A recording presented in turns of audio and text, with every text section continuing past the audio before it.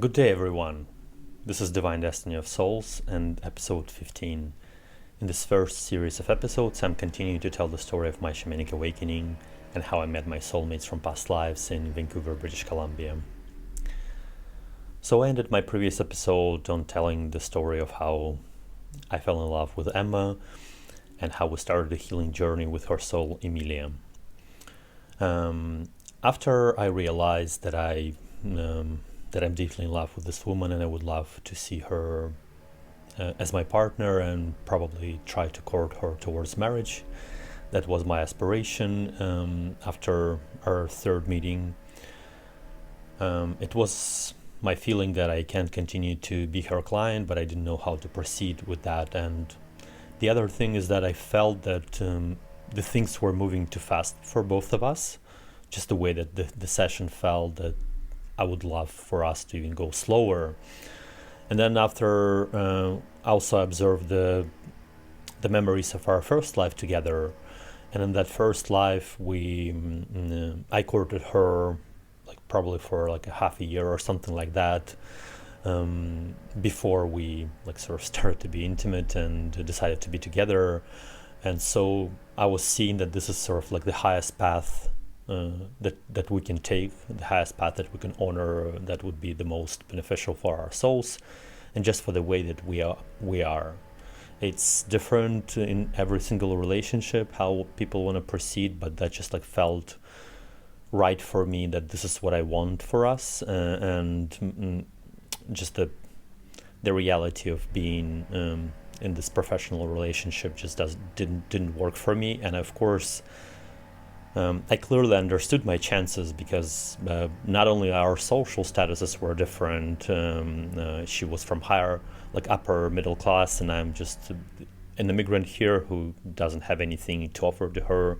I was also in very strange financial status that even though I had a job that sustained me and had a pretty decent income, even higher among average in Vancouver, it was still nothing compared to I couldn't offer her the life that I felt that she deserved, or give her the most empowering dreams. And that's just not a feeling that any man want to experience. And she was also in sort of an appearance out of my league, and I'm sure that she had plenty of suitors who were far more successful than I was. And at the same time, I also knew that I was not, she was not fully accepting my spiritual perceptions. That was also another thing. So there were all these reservations and kind of just understanding my status and understanding my position. But at the same time, I'm kind of I can't proceed to be her client, and I can't sort of allow myself not to try to offer a courtship, because she was a woman of my dreams. I've seen her in all of my memories. And also what happened is that once we started a healing journey with Emilia, after that, we kind of understood what happened basically after the session is that I realized that she was closing off from this love and from this life. She didn't even allow herself to love me as a client. So I'm kind of this is just in all ways doesn't work, because it doesn't. There's no point of continuing having this investment if she's not sort of opening up to that. And it was our understanding, that's how my spiritual guides basically framed it, is that through if she would sort of engage in these rituals, then I could slowly sort of heal her soul, and maybe she would open up, and then later on, maybe once we'll finish this sexual alchemy sessions, I would be able to restore her soul, prevent her death, and then kind of offer the courtship. But because she closed off, it was clear that this plan would never work out. And once I realized that, Mary Magdalene started to come to me in a different way. She started to be present more and more every single day. And then we started these channeling sessions that were eventually became part of the book that I'm writing about Emma and myself. And in these channeling sessions, Mary was I understand that you feel that, and I can confirm that she's closing off from this love, and she doesn't want like continue. She doesn't have a space for that. So the only thing that you can do is to accept all the love that is available to you, and sort of like by loving her, you can at least like honor yourself and like heal Emilia, but also this is the only sort of way to like have a chance. And so what happened usually with love is that people kind of reserve to accept all the love stored in the clouds for them. And how I see it is that the love is always given to two souls, and it looks like a cloud in the skies. And sort of, but because people wish to kind of validate their feelings by seeing if another person is also experiencing them, they don't always accept all the fullness of love. Or even if they sort of start the relationship, they still kind of reserve to accept all the light that there is. And that's also the reason why, for example, when one partner leaves and another sort of like clinges upon the relationships and doesn't want them to leave, is that because they never accepted that fullness of that love, they never experienced it fully. And so that's why they kind of like, oh, I want to continue our relationship, but the love has run its course, and they just like wasted that time. And so through the series of ceremonies, after the following week, I accepted the fullness of that love, and I was like just amazed by its intensity and complexity, and I could see that it would sort of be with me for the rest of my life. Like I would love this woman till my dying day. This was just how I seen it. It was almost decades in front of us. And I started to see many different dreams as well. Like not only that Emilia was in my space and I could sort of show her how I seen her in my dreams from when I was 16 years old, and then how I seen her in my dreams when Polly arrived, and that I also started to see the dreams that we kind of like have family together and we're raising our daughter.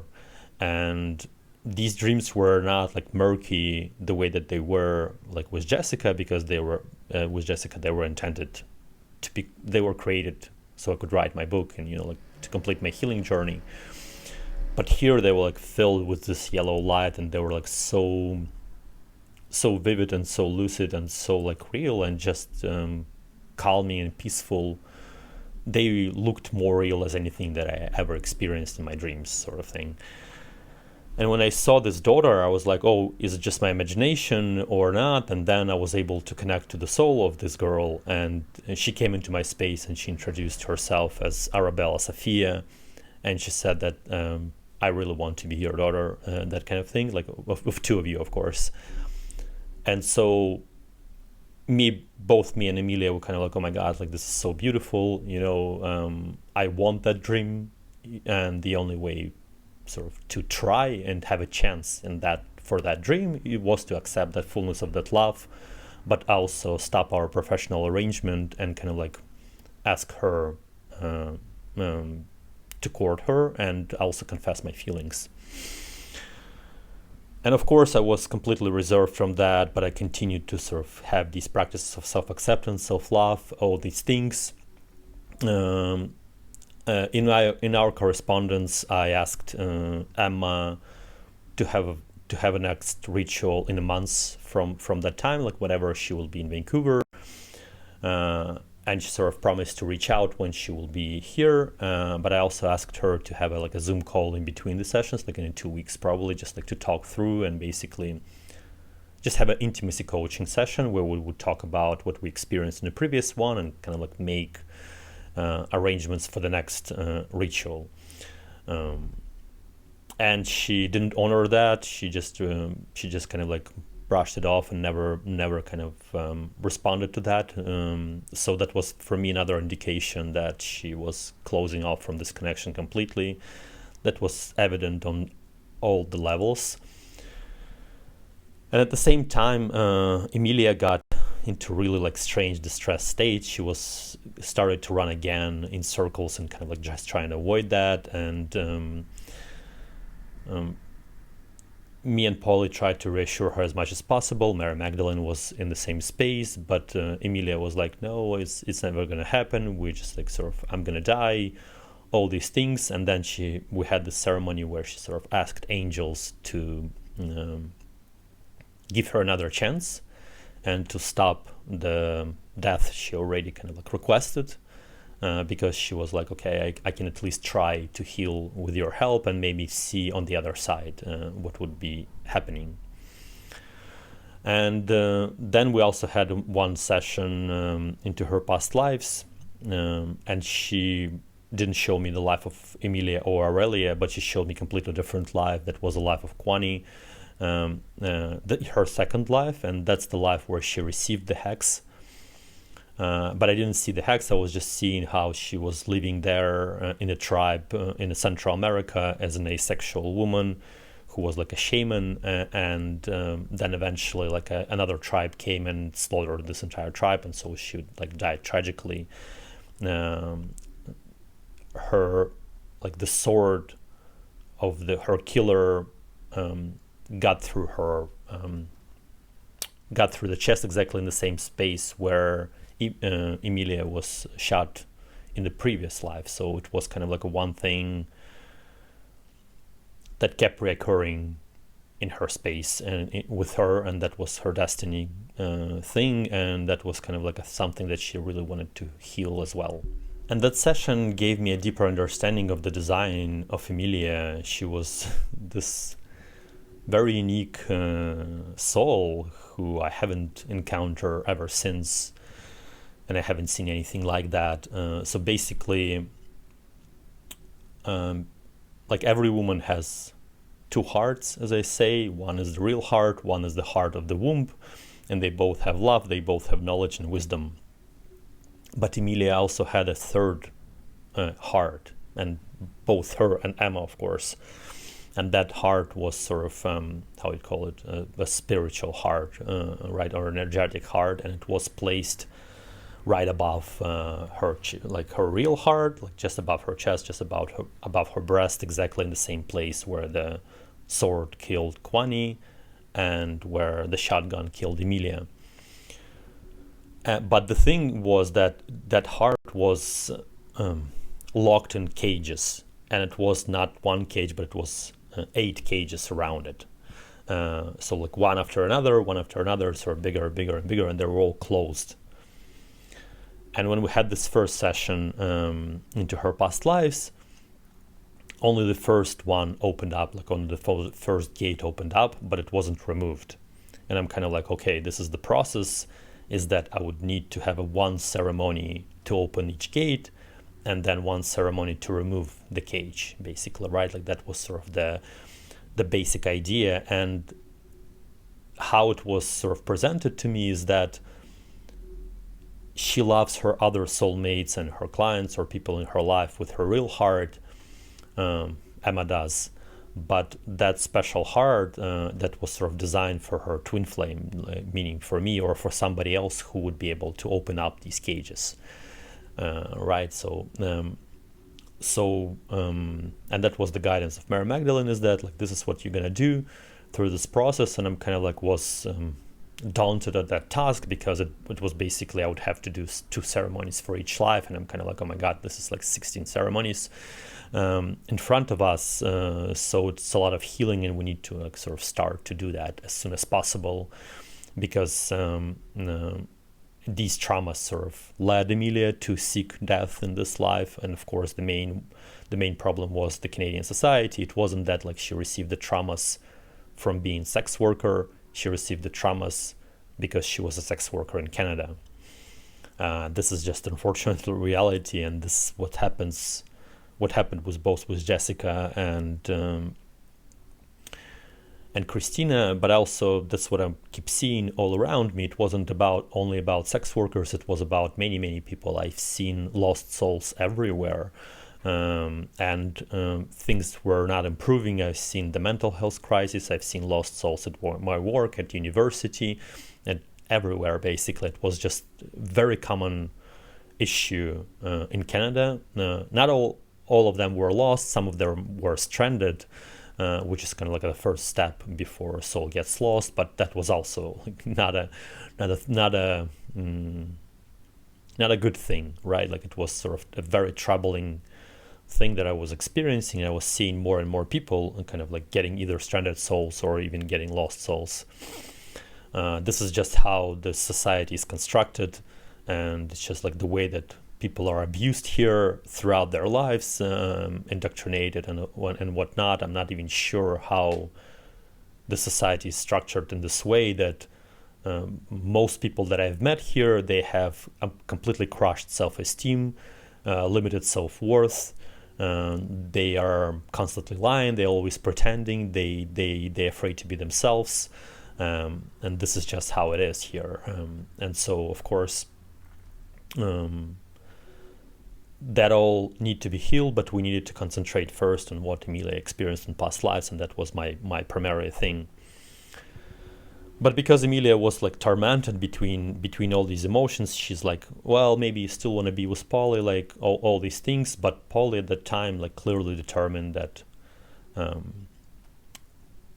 that she wants to transition to death, and that would be the bring us the most empowerment. Like this was initially her highest dream was to be together, but then she realized that her highest aspiration is to die.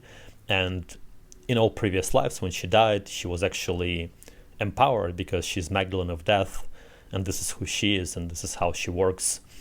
And sort of like after realizing that, she also discovered that basically the only way for Emilia to stay alive is for her to leave. It was kind of like a balance of things, and she was ready to sacrifice herself so Emilia could live, and so we could have at least a chance to have a romance in the future. And of course, at this moment, like I had no communication with Emma. She never expressed her desire to do anything, like to proceed to be with me. But for me, Emilia would always be my destined partner. It doesn't really matter what will happen for us physically. I'm convinced that like my most empowering dreams and my most empowering work would be created only with her. And already like everything that I wrote and created that I like, can be proud of, that was because of Emilia. She was the female principal of all these creations, and she kind of like challenges me in the ways that nobody else does.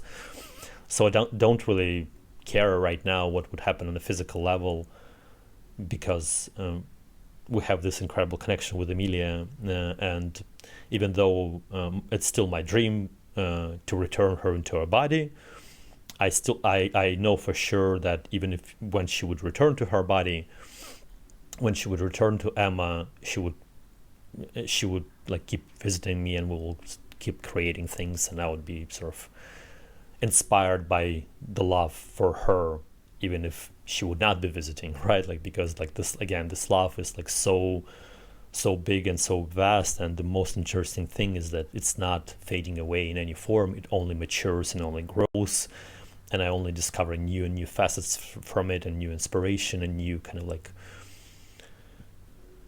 just marvel at it, actually, like just I love to love this woman. I don't know like how to even say that. It's just such a pleasurable feeling. It's, of course, I have this tormenting grief that I can't see this woman. For me, it feels like she has died, and so there is a lot of grief every day, and every day I spend kind of missing her and dreaming to see her. That's just always with me. It's some days it's easier, some days it's just more intense, but it never faded, and it only intensified. And sort of this is the main. I think this is the main thing that I dream in my life, is that to see Emma in one way or the other. It doesn't really matter how. Even if I will just see her in the distance, just walking by, or like sitting in a cafe or something like that. That would be enough for me. Like I would just love to see her physically, and everything that I'm doing basically right now, all my aspirations, all my work, all my sort of practices, I do with that sort of intent to see her once again in the future, in one way or the other. And so, because Polly kind of like agreed to to have the sacrifice, that was another sort of reassuring thing for Emilia. Polly kept telling her the stories how she was healed, and so Emilia was kind of like getting less and less reserved. Polly was also trying to provide her healing to Emilia in any ways that she could. But what also happened is that because during that time we were reworking our novel Eurydice in Love that we wrote, and we were supposed to submit the final draft to publishers, to the publisher at the end of I think it was the end of August or something like that, or even a little bit earlier, don't really remember. And so Polly decided to rewrite the entire ending. So before, the ending was is that like because it's a fairy tale about us, we kind of had this like a murky ending that was unresolved. Basically, that the dream is that like they would sort of meet these two people in the fairy tale. But then Polly is like, yeah, just, and it never felt right. Like the ending never felt right. We never liked it. We kind of like always contemplated about that.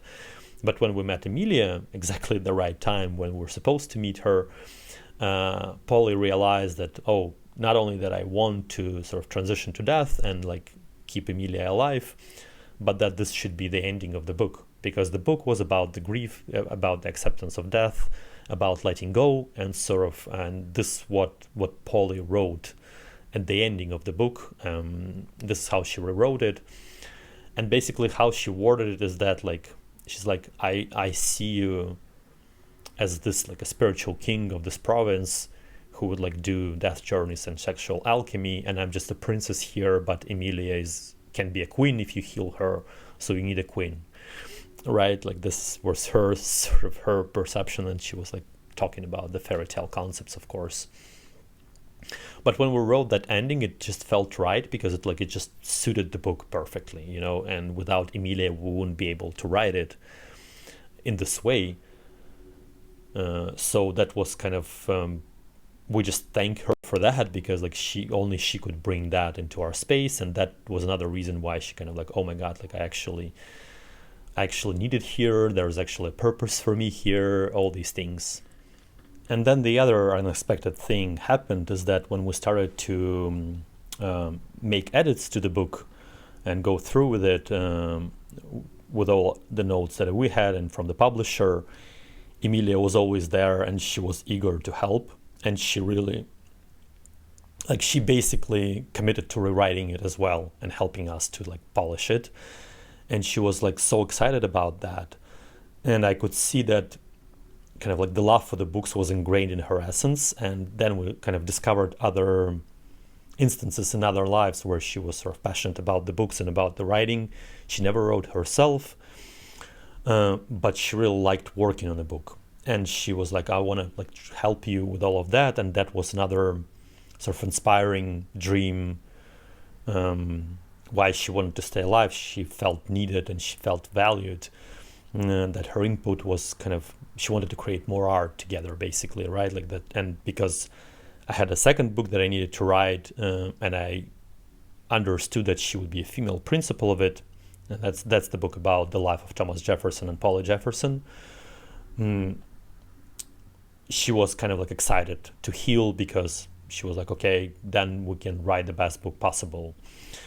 But what also happened is that some of the poems that were written in the book, because they were written based on my dreams that I've seen, right? And kind of like I just projected them on Jessica, but they were never actually about her. They were always about Emilia. And when we discovered that, and when Polly kind of understood that, she was like, I wrote these poems in the voice of Emilia. And so, and there were like some of my poems that I wrote to Polly, but they were actually about Emilia. That was sort of like very unexpected thing, and we kind of like both marvel of our story, of the synchronicities of everything that like happened between us. And so Emilia started to like, because we perceived these poems as kind of like a prayers of well-being and prayers of healing, and that healing is captured in sounds of English language. Emilia started to recite these poems to kind of like heal her traumas.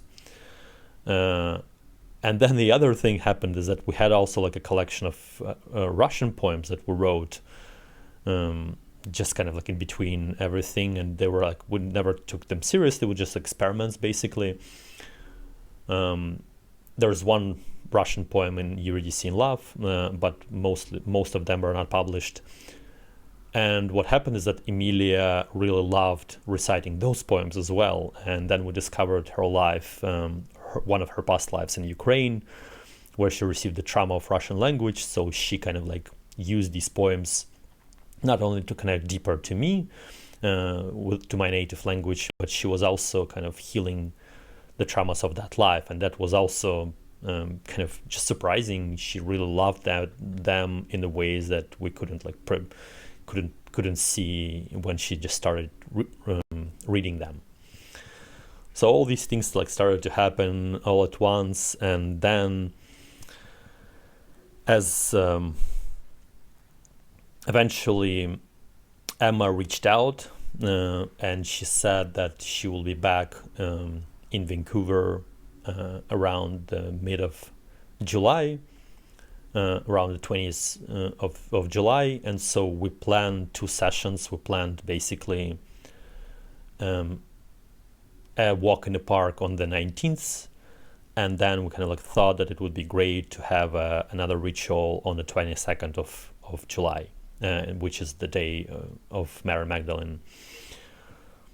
And of course we kind of like booked these 2 dates, but we knew that during the walk we would present her with the offer to court her, and so that second date was almost like just a placeholder. I was like, she would probably break our relationship, and we're not going to have that session, but maybe we will use that time to continue talking about how I see our relationship moving forward, and we can sort of end our professional relationship but still have that time to sort of talk more about my vision for us, right? I wasn't sure how it is going to play out, so that's why I kind of like decided to book these 2 sessions. And so Emma responded that she agrees, and so closer to that date, like in the middle of July, Polly and Emilia, it was idea of Polly, we went to neutral ground, so Xuexui lands, to the specific place where I was told that I would meet Emma, and like spirits again joked, and they kind of like, look what an amazing woman we found for you, right? Like that's what they said, and they kind of like just laughed at how much love I had for her, and they like how you kind of like sometimes mock a little bit when a person is like sort of like flying on the wings of love, and that's what they did. And so Polly had this ceremony together with Emilia where she burned some things that sort of physical things that were in my space that reminded me of my romance with Polly. That was sort of like a gesture and a ritual for Emilia to gain her trust. And through that ceremony, she made the commitment that she would eventually leave and kind of transition to death on her own terms whenever she will like complete her own education, because it was presented to us that Polly would leave us once the book would be published at the end of the year. And then she had to do the education in the purgatory, like that's the level of death she never like had mastered. And so she believed that she would that's how we understood, is that she would go through purgatory, and then she would return back to Jessica. We would seal Damien because we were still needed to do that. And then she will decide what to do next, right? Like that was her sort of entire idea. And to this date, I rarely see Polly now, and I don't know like what she's doing. She's kind of like just enjoying life, basically, right? Like on her own terms, and deciding what to do. And if I would know more, I kind of like she would reach out. But for now, I see her maybe like once 2 months or once 3 months. And when we had that ceremony, we had this like a burning fire, had the recapitulation practice, had a drumming ceremony, and then both Polly and Emilia joined in this shamanic dance that was native to these lands, and the dance that I saw in my past life, living on these lands as a shaman, and kind of like seeing how women, it's basically like a dance of female warriors. I was drumming the melody, and they were like performing it in their own way, how they saw it in my past visions, but also like by the guidance of the land. And also through that ceremony, Ariadne came to us, and it was also related that Polly would give Emilia this obligation to veto every female soul that comes into my space, because I was still kind of under the obligations of the contract. I was not allowed to welcome anybody into my space or heal anybody unless Polly agrees. And so right now it was passed to Emilia, because she was sort of my assigned destined partner for the duration of the other 2 years of the contract. And from that moment on, Polly spent more and more time in Seychelles, just like returning to have writing sessions. And also during that time, Polly started to write. Like we started to write that book, I think probably in the spring. It was basically the book about like the most comprehensive studies of sexual healing arts that we tried to write. The main concept was to write kind of like a diary of Polly, and how she sort of like break her heart, and how Emilia came into my space, but mostly write about the spiritual design of sex work, write about two archetypes, sacred prostitute and sexual priestess, what the difference between these two women, and also record the stories of the 4 lives of sex workers that lived in the past. So 2 were of Polly's and 2 were mine. And we wanted to present kind of like account of their journeys and what the lessons were, and what it means to be sex worker, what it feels to be sex worker, kind of like just both a diary, but also kind of like a guide for any woman who wants to pursue this path. And the main chapter of the book was the channeling sessions that we did with Cassandra, and we just asked Cassandra many different questions. So it was Polly who like did this interview. She asked her different questions about sexual and healing arts, sex alchemy, just life in general, and we channeled these kind of answers into the book. And that was sort of, but because Cassandra was, for us, she was kind of like a goddess of sexual priestesses, right? Like she knew so much about sex work and about empowering sexual healing practices, that we thought that like her voice needed to be shared with the world. And especially it was at different times. It was the times where sex workers were considered nobility. They had their own temples of sexual healing arts. People reverenced them as goddesses.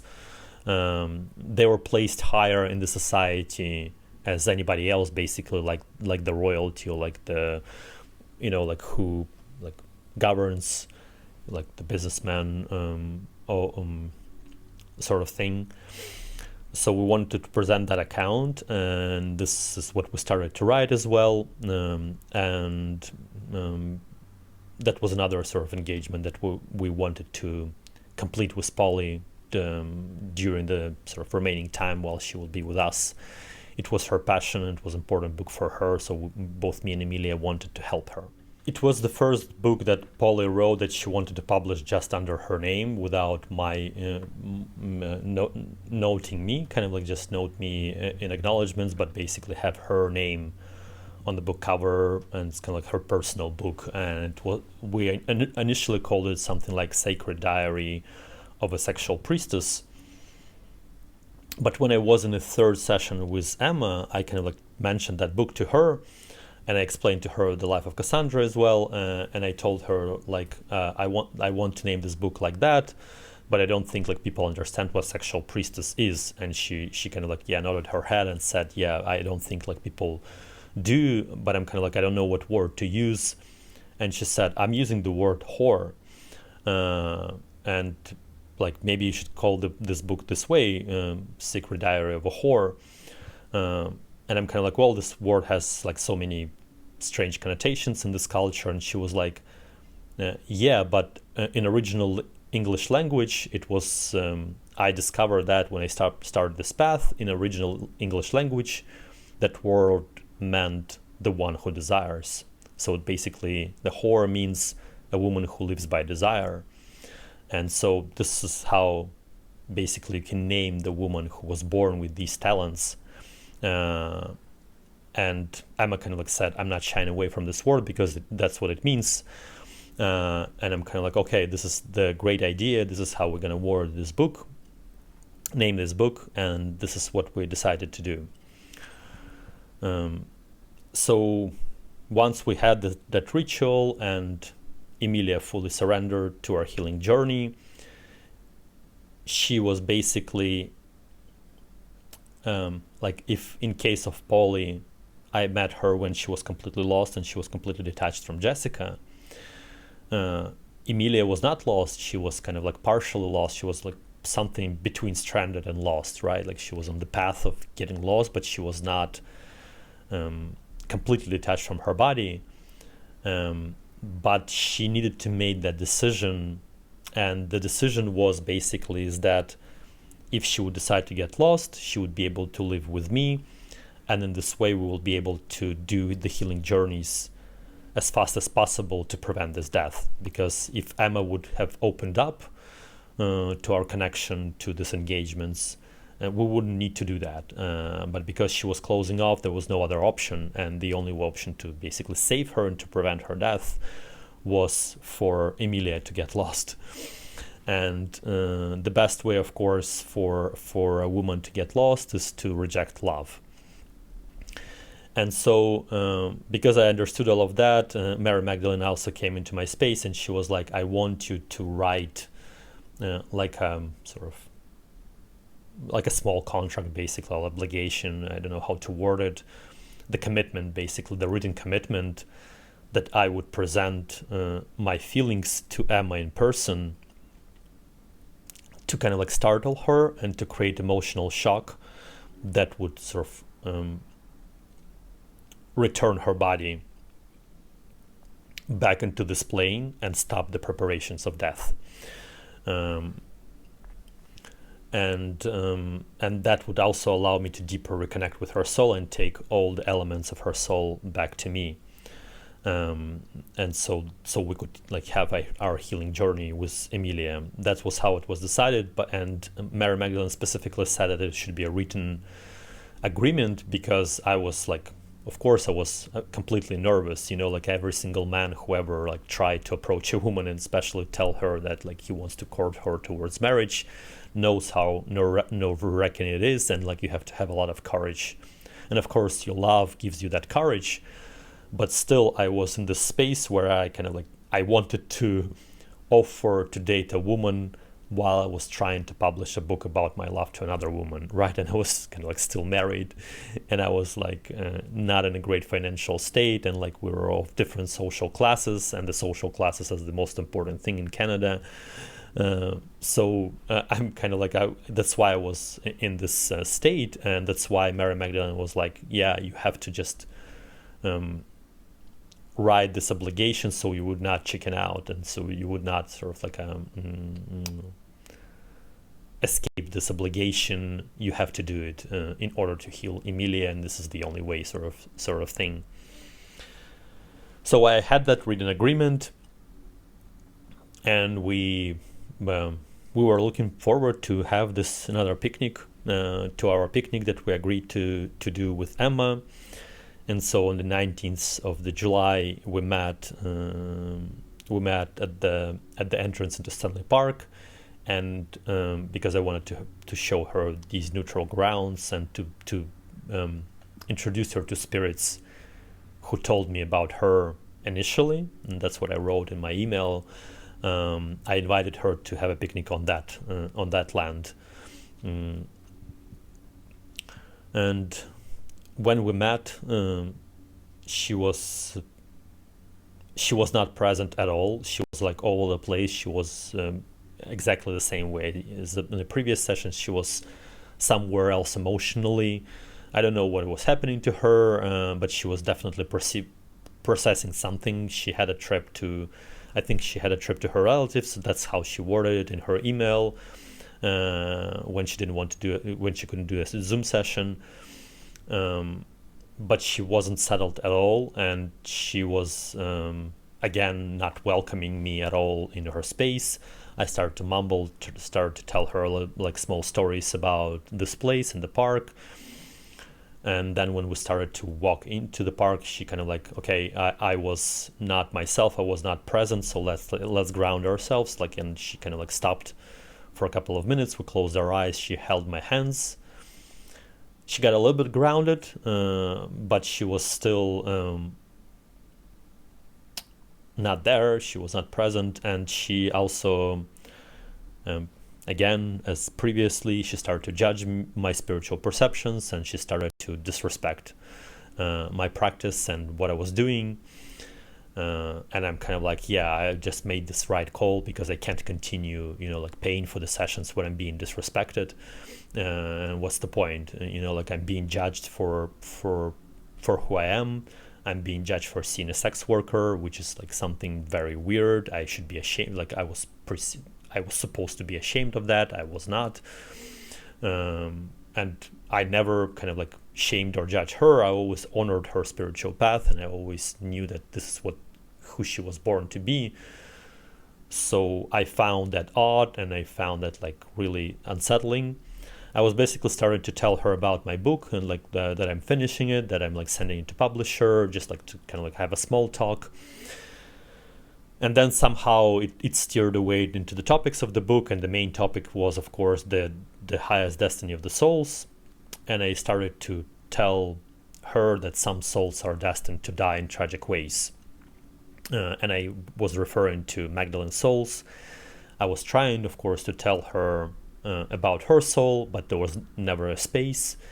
And I think that the biggest regret that I have after that session is that I never had a chance to tell her the design of her soul, that she's a Magdalene of love. Because every single time I tell a woman her design, or my client or somebody that I meet, I know that information provides them empowerment, because there are certain elements of destinies that people can't avoid because of the design of their souls. And what it does is that it helps you to reconcile with your entire story and accept your fate. Because sometimes we experience something in life that we perceive maybe in the beginning as our choice, but then in the end we kind of like don't understand why it happened the way that it did. But that's because this is something that inherently enshrined in our souls, and that's something we have to experience.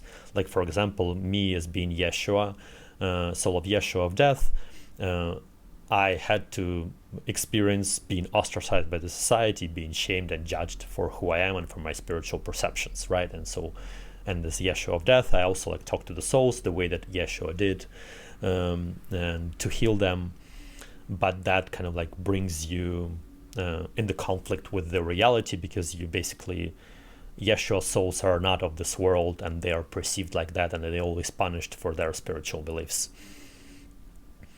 And so this is what I try to tell her, is that like there are some souls who have to die tragically, and I guess she had some complicated relationship with grief, because she was kind of like, she was not taking that information in. And then I started to like kind of bring the example of my father's death as well, how he died in a car crash, and that completely like threw her off. She didn't want to talk about that at all. And that's this society is also structured, is that like people try to pretend that death doesn't exist, to be able to kind of like, I don't know, to continue their lives. I don't know, like they fear it so much, but the idea behind the death is that you have to face it. This is the entire concept. To be able to accept your mortality and to be able to proceed the grief, you have to face the death. And so this is one of my knowledges that I bring into the world, and this is what I was trying to share with her. In my perception, the only way to to be able to accept the mortality and to be able to accept the death of our loved ones, to be able to process the grief, it's important to understand the essence of death and why certain deaths occur in certain ways. And that comes from the design of the soul, of the essence of the soul. And this is the knowledge that I was trying to share with her. And when I sensed that she was kind of like not taking that topic at all, and she was not comfortable with that topic, I kind of like asked her, we don't have to talk about this. You can just like tell me and we can change the subject, right? And her response was, her direct words were, well, I'm still here. I didn't leave, right? And that was the moment when I'm kind of like, yeah, this doesn't work. I have to stop this because it's continuous disrespect. I was sharing her the knowledge that people pay thousands of dollars, and I was like paying for that session, and she didn't even like have the courtesy to surrender and just like to sort of even pretend that she's listening, or kind of like just because I was asking that in a respectful way. I was kind of like, if she would say that I want to talk about something else, I would just switch that. It wasn't like I knew how people accept this, like can't accept this topic, right? So there was no problem to switch to another one. But she kind of like had, I don't know, like she had an obligation to listen because I was a client. I don't even know how to process that, but that was the moment when I'm kind of like, yeah, this is just, I can't continue doing like that. I can't continue being disrespected. And I kind of like, was great that we had this plan with Emilia to share my feelings with her. And so we settled at the picnic, and I told her right away that I have something important to share before we'll have the session. But then we kind of like have the picnic, and I tried to avoid that topic altogether and try to talk about something else. And somehow she basically guided me to start talking about my second book. I told her that it's going to be about my past life with Polly. And I didn't tell her, of course, that she was a sex worker. I kind of like just tried to avoid that information because I thought that she would freak out. But I basically told her that I met this woman a few years ago, and I haven't seen her since. But kind of like she was dying on me in different past lives, and I'm kind of like writing the book to honor that and to kind of like sort of let go. And the only thing that and she asked me like, what do you, and I also told her that I believe that she would die in quite a young age. And she kind of like asked me, what do you want from this connection? And I'm kind of like, I just want her to know that she was loved unconditionally. That's all I want her to know. That's why I'm writing that book. And she kind of like understood that. And then eventually I got the courage, and even though I stumbled and I kind of like stuttered, I told her that I feel drawn to you on energetical, emotional, mental, and spiritual ways, and that I want to have a real life romantic relationship with you and court you towards marriage. And she was like literally startled. She did something like that, and like almost in complete disbelief. She couldn't understand what was happening, but that was exactly what we were trying to achieve, is that she completely returned back into her body at that moment. She felt, her entire body felt that she's loved and she's needed, and she doesn't need to go. She doesn't need to die. And there's somebody who loves her. And this is the idea behind the empowering sex work, is that when women are on that path, it's often the case is that why, say, sex workers are being killed or receive some form of the abuse or trauma, is that they don't see who really loves them, and they don't keep that thread between their beloved ones. And so if you don't have that thread, it's a real danger to end up in a situation where you be either abused or killed, because it's kind of like it comes from the self-worth perception and self-love, and self-love comes from kind of like seeing that you are also being loved. And so she was completely in disbelief and she was shocked and she kind of like didn't know how to respond, but she still responded with grace. And what I told her is that I told her that we can either continue this conversation during our meeting on Saturday, or she can take any time that she needs to kind of like consider my offer. And also she can test my love in any way that she wants. And on that last phrase, she kind of like chuckled and she didn't believe that it was true, because she didn't want to try to check my love, let's say it like that. And her exact words were something like, she said, well, this is the only thing that I'm offering, implying sex work, and basically telling me that she's emotionally unavailable for any kind of relationship, because she was still processing the grief of her previous ones, and she was kind of like didn't know how to. I don't know if she dates or not right now. I have no perception on that. But kind of like I read it as if it's almost like, while I'm doing this work, I will not have a relationship. Maybe it has changed, but at that moment, it was how it felt. And she basically said that if you have these feelings, I can't continue seeing you as a client, and so we have to sort of like close off our connection. And even though I was sort of disappointed, and of course I realized that this would be the last day that I was seeing her, and that I was hurt as a man, of course, but I was glad that we could finally proceed the healing of Emilia, and that was the most important thing for me. I was dedicated to this healing because I did this not only to heal Emilia, but to heal her soulmates. This is sort of like the ethics or integrity of the real medicine man or a woman, is that we are trying to provide the shamanic healing for the highest and best of all involved. And in this situation, it was more about our connection. It was more about my pleasures or her pleasures, or like whatever we wanted to do. It was the hex was imposed on 3 people, and so many people in their close circles were also affected by it. So the only way to heal all of us, all this group of people, would be to remove that hex. And sort of like this is why we chose this path as well. That was another reason why we chose this path, is to provide the healing for all involved. And of course I didn't have the space or time, she didn't allow it to me to present that idea. And of course, like you can imagine how it would sound, like coming to a sex worker in a paying session and saying, like, you have a hex and I'm gonna remove that. That's just like never gonna happen, especially in Canada.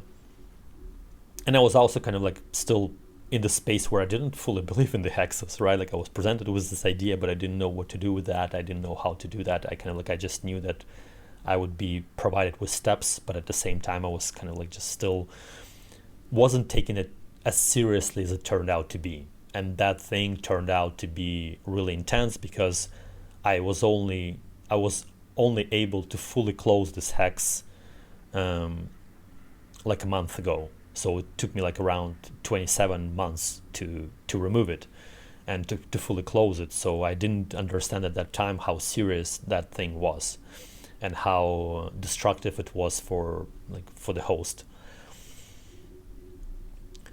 And so she kind of like she was still kind of like very graceful, and she was soft, and she didn't judge me, and she was kind of like opened up, and she was kind of, I don't know, she accepted my words with grace, even though she was also and she wasn't saddened about ending our professional relationship because she didn't like these rituals. She didn't have the space for them. It wasn't something that she kind of like provided as a service. So she was, from the beginning, she was weirded out by it. She thought that she would lose herself through that process. So she was actually glad that she had this opportunity to end our arrangement, and that's why she didn't hesitate, and she did it right away. And sort of she worded something like, "Oh, let's close it off and talk about whatever you want to talk more." And I kind of just talked a little bit about how I perceived our last session, what was my takeaways. And she patiently listened and kind of like just settled in the space. I provided her the offerings for the 2 days because I booked both sessions, and she was graceful enough to offer me to return the offerings for the Saturday session. But I'm kind of like, no, just take them and kind of like purchase the time from yourself for yourself and like do something nice for yourself, which she never did eventually. So she disrespected that as well.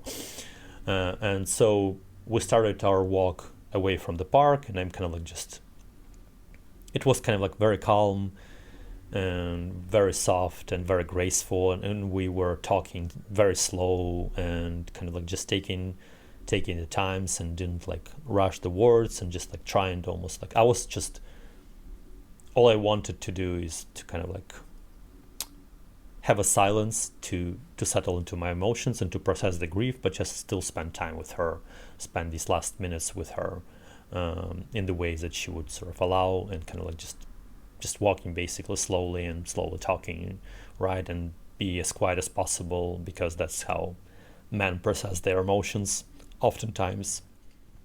But as we started to walk outside of the park, and it was around 20 minutes to the point that we would like sort of separate, or rather even 30, right? Like the half hour of our session, it was still a paid session.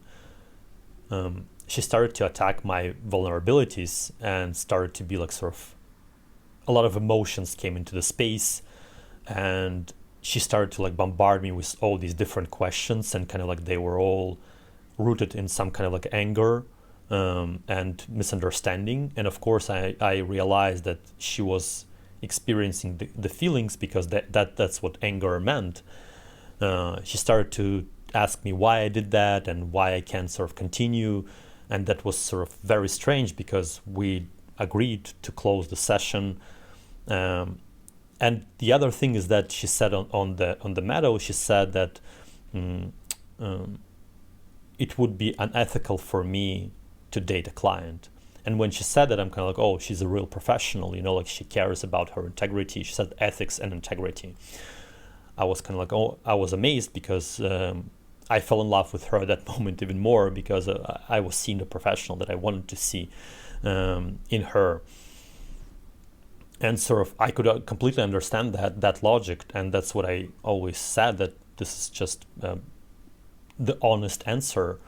But then she started to bombard me with all these questions. She started to ask me why I did that and why I can't sort of like continue, and what are my perceptions. And because I was in this already state where I was trying to sort of process the grief and process the moments of separation and kind of like see what would be next for me, I couldn't answer her properly. I started to tell her something about like how it's important for me not to lie, because it would be sort of disrespectful for both of us if I would continue to see her in sessions without if I would continue to see her in sessions hiding my feelings, right? Like sort of she was punishing me for being me, and she was punishing me, as I had experienced many times in Canada, for not lying.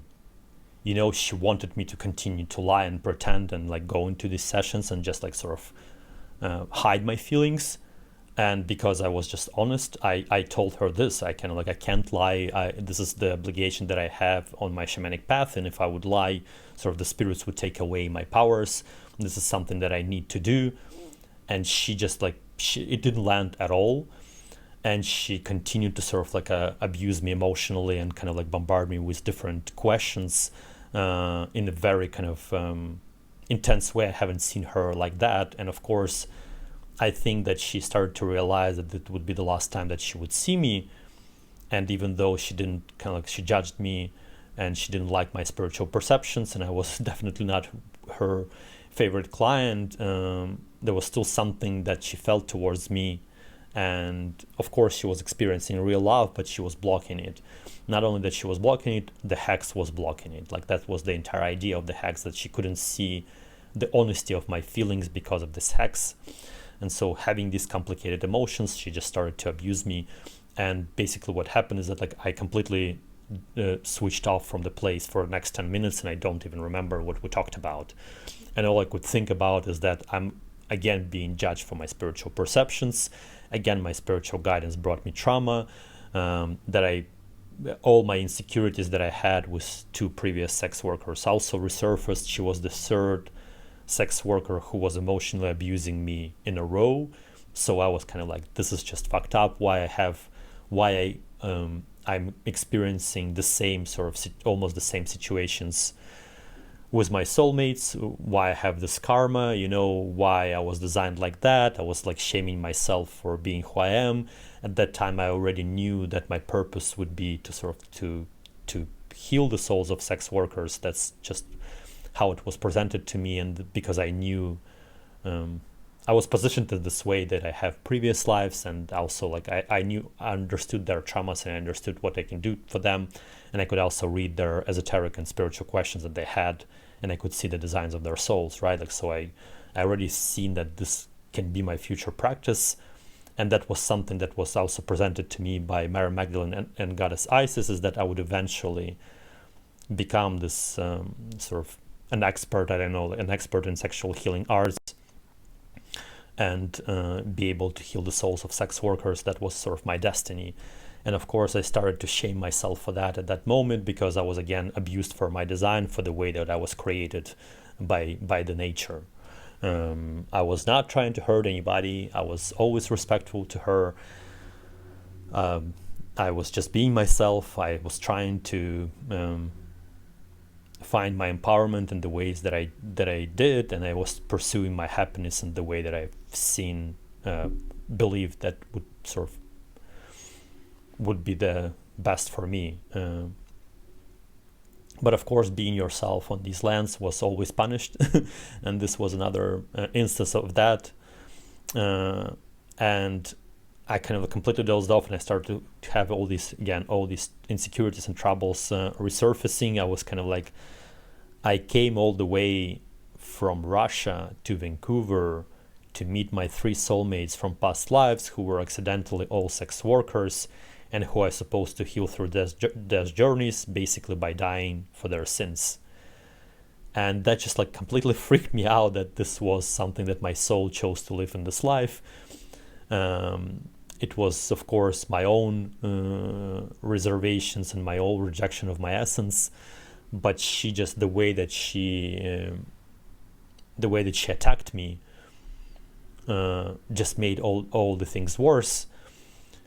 And I only regained my consciousness a few minutes later, when she worded the question basically like, what are you gonna do today to process your emotions? How are you gonna sort of heal from that? You probably like feel some sadness or something like that. So maybe you will go and have like some dinner and have a beer or something like that. And I was like completely offended by that, because I just received that love that was so immense and so big. And it wasn't something like a band-aid that I could put on to just like heal it, it was a real love, and it was big, and the dream also was big, and it was crushing here, right? Like the dream of us having a family, it was completely crushing here. And I just looked at her and I said, well, the only way that I could do is to cry today. And she completely freaked out from that. She kind of like perceived it as she would be responsible for my tears. And of course, in Canada, it's forbidden to cry. It's like you have to always be happy, and if you're not happy, you have to pretend to be happy. And if you're not pretending to be happy, and even you try to cry tears, you have to be stopped from crying your tears and just continue to be happy.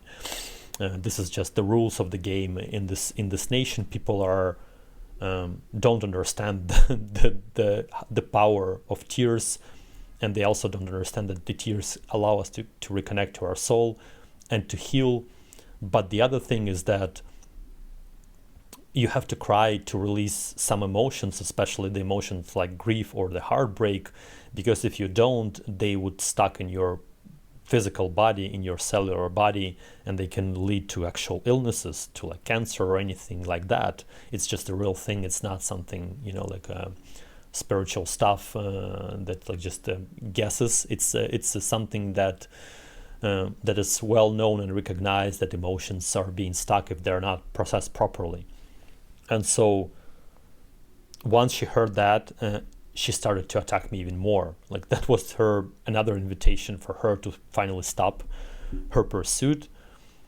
But she started to attack me even more, to sort of like almost trying to like stop these coming tears, right? And so she started to ask me how the real life relationship would be different from our engagement, because our engagements were honest and they were like built on the sacred intimacy. They were co-created together and they were more real than in some real life relationships. And she completely ruined her trust by that time, because like that was the other thing, is that from the beginning I told her that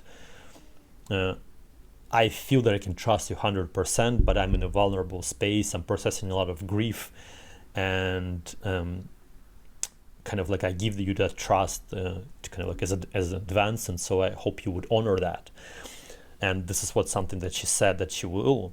And so, but because I think that she finally realized that we're just like 5 minutes away basically for saying our last goodbyes, and she realized that I was like honestly heartbroken by the end of our relationship, she kind of like, I don't know, maybe she thought that like I made the story up about my feelings to end our relationship. I don't know how it was, but she completely switched off in that moment, and she started to abuse me even more and to pressure me into the answers. And I'm kind of like, well, this is the entire idea, is that what I presented to you on the meadow, that's what I was like going on through my mind, is that this conversation should either happen on the meadow or it should happen in a separate session or like a meeting where I would be able to fully present how I see our relationship.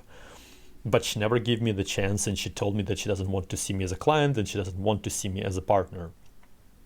So I didn't see the point of these questions, but her energies were so intense and I wanted to spend more time with her. So I continued to sort of like to get settled into her abuse basically, because the thing that I had to do, I had to walk away from her and just honor myself and kind of like not go into this game. But I was like, I was still kind of like, I disrespected myself even more than she did, because I was still kind of like in a vulnerable place, and my love for her was real, and I was like wanted to spend as many minutes in her presence as I could. So I didn't see the point of answering her question, but because she was pressing and I'm kind of like was in this strange space, I started to answer it, even though I understood that I wouldn't be able to answer it in 5 minutes that we had left on this walk. And I basically started to tell her the concept of sacred marriage that everybody kind of like, in my perception, knew, especially if the person claims to be intimacy coach. And she not only had bachelor degree, she had master's degree, she had diploma in counseling, she had education in somatic body work, she had education in intimacy coaching, she was in her 40s, she had relationships before, so there was no question, for me it was no question like what this sacred union is that it's a partnership of two people who come together with their talents to build something together, that they will have a vision of the future. And this is what I started to tell her, is that like in a real life relationship, if I would court you towards the marriage, we would have this dream, the empowering dream. And even if that dream would not work out, and if we would sort of break apart, at least we would like move towards it, and we would grow together, and we would become better versions of ourselves. And in my perception, this is the idea of the true marriage, is that it's not only about creating children. For some people, it may be just that. There is no issue. It's still a big dream. It's still something that like transcends both partners, and there's something that like they kind of like bring into the world, right? Like that's something they co-create together. But for us, it was this idea of building the temple together, of returning sexual healing practices, of just creating the world where sexual healing artists could be empowered and would not lose their souls, right? And so I started to explain that idea of the marriage and of the union. And at that moment, when I just started to, I continued to tell it up until the end while we separated and when we said our last goodbyes. But once I started it, I realized that it doesn't land on her at all. Like, she didn't understand these concepts whatsoever. I felt as if I was talking to like a 17-year-old girl who had no understanding of what relationship is. And I'm kind of like, how you were in a relationship if you don't understand what it is. And at that moment I was like, oh my God, I'm completely fucked. And of course I didn't understand that in most cases people in Canada, their vision of relationship is that there are two partners who just have sex together, but they always in rivalry with one another, and they always lie to each other and to pretend and play games. And for her, I realized that for her, there was no difference between our professional arrangement and the real life relationship, is that she would lie and pretend in the real life relationship exactly as the way that she does in her practice. So I was like, oh my God, I'm really in trouble here, and there is nothing that I could say or do to explain it to her, because not only it requires certain time and like to see that to see the eyes where we're just walking next to each other. She couldn't see in my eyes that I was like being truthful. And the other thing is that on the medal, she said that like I'm the most authentic person that she ever met. So I was kind of like also confused why she would sort of question my feelings, why she would sort of abuse me for my tears, why she would not try to hear what I was trying to say about relationship. And whatever I was trying to say, I continued explaining how I perceived the sacred marriage. I was, of course, going from my perception of the marriage that I had with Veronica, where we're both kind of didn't lie to each other and always try to force each other to become better versions of ourselves, and that we have this like a vision of co-creative union together. And with Veronica, it was more about art, about cinema, about like paintings, photography, other things. But with Emma, that would be the sexual healing practices, right? Like in sexual alchemy and the temple. And nothing that I was saying landed, and she didn't accept any of it. And when we reached the point where we had to say goodbye, I still didn't finish, because I was just like sort of going faster and faster, trying to fill in these 5 minutes as much as possible. I didn't have the space for that, right? Like to present my vision. And when we finally kind of were ready to say goodbye, she said something like, well, I hope you'll find the relationship that you're looking for. And I'm kind of like, my entire speech was about that I'm not looking for the relationship for the sake of the relationship, but I'm looking for the relationship only with you. And to this day, I believe that I would rather be alone than just settle to kind of like any kind of relationship. I want the best possible version of myself, and I know that I can achieve that best version of myself only through the union with her. And to this day, I would rather not ever get married or be in the relationship if I can't be with her.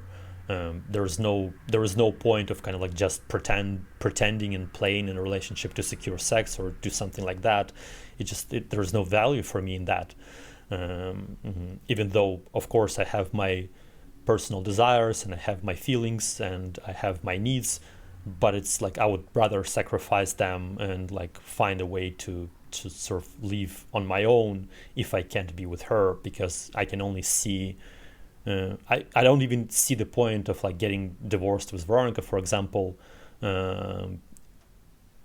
unless I can sort of can marry her, right? Like, so this is something that kind of like was just how I perceived it. And I was like really hurt by that statement when she said that, like she basically didn't listen to whatever I was saying before. And then she said, well, I hope you'll still consider coming to me for a session. And that just completely ruined everything, because like she basically took away the closure in this way. And I didn't know what it meant. What was she implying, that I should come to her on Saturday and like talk to her more, to explain to her what kind of arrangement that she would like were seeing for us. We said our goodbyes, and I think I said I see you later or something like that.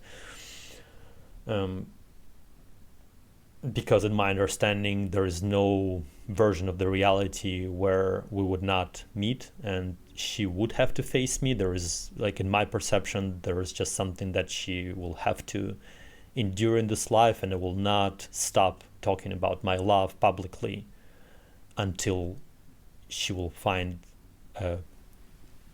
courage to face me.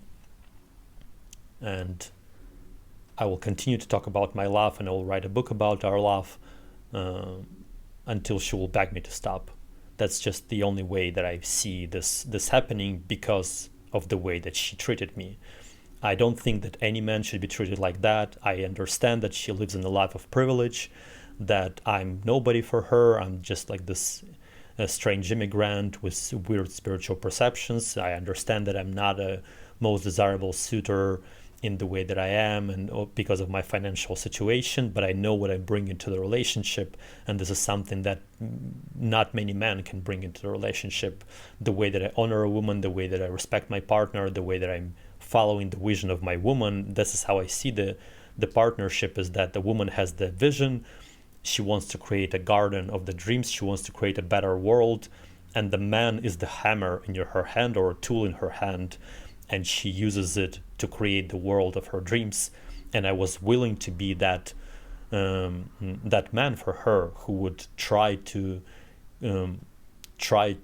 bring her vision to reality, whatever it would be, whatever she would ask me to do, right? Like, it didn't really. And of course, I also believe that if both men and women, but both men and a woman in the partnership honor their karmic obligations and kind of like try to make each other better, then the finances would come, then the man would find his purpose, then he would be able to earn more, because she believes in him, right? Like, she loves him. She just loves him so much that she believes that he would achieve everything that she deserves to have. And having that dream and having that love creates the reality where man becomes empowered to be able to provide and to be able to sort of like bring her vision into the world. And so this is how we said our goodbyes. And I didn't understand what she was trying to say to me in her last statements, so I emailed her, I think on the next day. Yeah, it was the next day, on Thursday. I emailed her and saying, I don't understand what you were saying. I feel that our connection was not resolved, so maybe we can still meet on Saturday to have a session in whatever form that you think that we should have. I think I kind of like, I told her maybe like, well, let's do the session that you normally do, like a massage session or whatever, and I'm not be talking about my spiritual perceptions. I was just basically trying to understand what she was implying, right? Like, but the main thing that I wrote is that I want to continue our conversation and just like see what you were trying to say with that. And she basically responded that I have different plans for Saturday and I can't meet you, and like have a good luck on your journey of like empowerment and all that thing. And I replied to her, it was really confusing the way that you closed off our session, so I didn't know what did you mean, and so have a good journey as well, and all the best for you. She didn't reply to that last email, and I'm kind of like, well, if she would want to see me for a session, she would reply, but if she doesn't, that means that that's that. And from that moment on, I'm kind of like, I was in completely traumatized state. I was like abused again for my design. She was the most unethical provider that I've ever met. The way that she ended our arrangement was not, and I'm judging this, and I kind of like, I'm saying all these words not because I want to hurt her or punish her for that, but this is how dying for the scenes. What dying for the scenes means is that in order to reconcile, we have to acknowledge what actually happened, and I'm using her own standards in this work. It's been already 26 months since the last time I saw her, and she never responded to that email. She never invited me for the session. She never apologized. And I know that it's something that in Canada, like every single person who ever abused me in Canada never apologized. And I mean intentionally abused, right? This is not something that is in the culture. And if she never reached out even to ask me how I feel, and this is the highest obligation of a sexual priestess, is she knew that she left me in a more distressed state that she found me, and she never inquired how I feel after. And I tried, this time I tried real suicide attempts. It wasn't like even what happened after thing with Christina, because I was like, because she gave me so much darkness, I kind of like in this last hug that we had, I assumed all of her darkness, and I assumed her hex upon me. So like basically this was the only way to heal it, is that to take that hex upon myself. And so the idea, of course, that hex kind of like translated in this form of trying to eliminate me, and this is what something I was experiencing, and she was also sending a lot of hate towards me. She perceived this as like my fault somehow, and of course I can, as a man, I can take that everything is my fault, but that was highly unethical by her own standards, and she owns an apology for that. In my perception, as a sexual healing artist, she had a higher obligation, higher moral obligation, higher ethical obligation, and that obligation is that you don't make things worse for a client, and that's what she did. And I would love not to say all of these things, and I would love not to write them in my statement, in my testament that I wrote about my journey. But if she would have somehow contacted me or invited me for a session, or like, I don't know, like for a conversation, of course I would never go for a session because I told her specifically that I can't be your client. But just in any form of communication would like honor that would be sort of ethical, in my opinion. And since then, I would of course share how we healed Emilia, but since then, the only contact that I tried to make with her is that I made another monologue play last year, so it was November of 2024. And the idea of that play was to heal both Emilia and Polly. So Polly was reading the second part of the play, and Emilia was presenting the first part of the play. And so there was no contact between us from July of 2023. And then Emilia basically said, well, let's send her an invitation to that play. So I sent that group invitation. It wasn't specifically written to her around the end of September of 2024. And the play was on November 2nd. And when she announced her next dates for visiting Vancouver, they were October 30th to November 2nd. And I'm kind of like, oh, I didn't expect her to like come to Vancouver. I knew that she's not living here, so it was kind of like a just shot in the dark, like kind of like just having a chance, giving her a chance. And when I saw that date, I'm kind of like, well, maybe she will consider to come, right? And not only she didn't come, she didn't even like respond to that email, like, I don't know, like saying good luck or like just sort of like how you doing or anything like that, right? Like there was nothing whatsoever. And of course I waited to the date of the play, and I performed the play with that intention. And the other idea of that play was that was the final element that was needed to return the soul of Brian to him. So we invited him, and he was like in attendance, and like after that his soul has returned into his body, so we achieved all of our goals, but the one of the goals was to kind of like open the channel of communication with Emma in one way or the other, and it didn't happen. And so I was happy about the play. It was another great empowerment for me. And this time I specifically said that it's about sex work, so not shying away from that. And that was also like a great empowerment.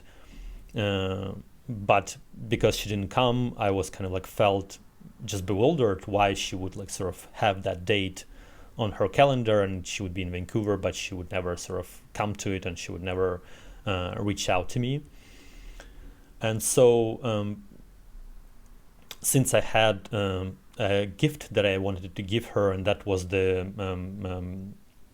crystal that I charged on Mount Daniel by the request of Emilia, and that crystal was supposed to reconnect her to her soul.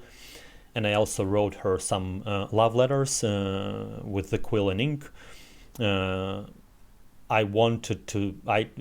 decided that I should write Emma another email kind of offering these gifts, since it was clear that she didn't want to come to play. I didn't know how else I could sort of help to return Emilia back into her body. That was this point of contact where I could sort of like try to reach out to her and try to break through her heart wall so Emilia could return back. So I will read the email that I wrote a month after the play, a month after this first initial point of contact that didn't lead to anything, and it was another part of the healing that Emilia asked me to do. Good day, Emma. I hope this letter finds you well. I have prepared a couple of gifts for you, and I would like to ask if maybe in the spirits of the holidays you would be willing to accept them. They are simple gifts, nothing fancy or extraordinary, but it's important for me to give them for spiritual reasons, and I also believe they could be helpful in the next part of your journey. They are a small token of appreciation for everything you've done for me and taught me. I would have never arrived where I needed to be today without meeting you, from improving the first book with your suggestions to the inspiration that created my other yet unpublished writings, and eventually figuring out my shamanic practice. Most days I'm saddened that I don't have pathways to communicate this to you without being misunderstood, the unfortunate reality of being me. Beyond that, I don't have the means to express the true scale of my gratitude, but I hope that it will happen one day, and these gifts could be a start, as I equally perceive them as peace offerings. I'll be in Victoria next Saturday, December 7, and I thought I could bring them both with me. Maybe you have an idea of what would be the best way to deliver it to you. I can drop it off somewhere or leave it with someone you trust. These gifts can't be replaced, so I would accept any suggestion of how to safely and discreetly deliver them into your hands. I can also potentially come to Victoria on the following weekend if it would be more convenient for you. I hope to hear from you either way, but if not, then at least I would know that my words are not needed and it's time for me to disappear for good. Alexander Formos. So every single step on this journey was coming from my integrity of a healer. Everything that I was supposed to do, I did, or felt I should do, I did, because that advanced Emilia's healing and advanced the healing of her soulmates as well. I don't like being in the space at all. It saddens me that this reality that is created in Canada makes people this way. It's not serving anybody, and it's definitely not making anybody's happy or content with their lives. Of course, obviously, as you can understand, that she never responded to this email, which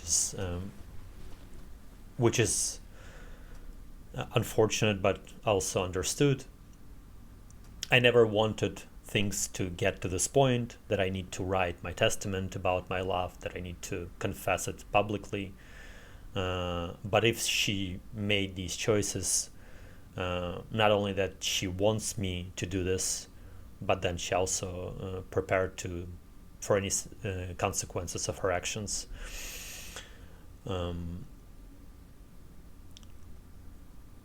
The way that this story is unraveled, of course, was mainly because of the hex that was placed upon her, and all that I tried to do was remove it.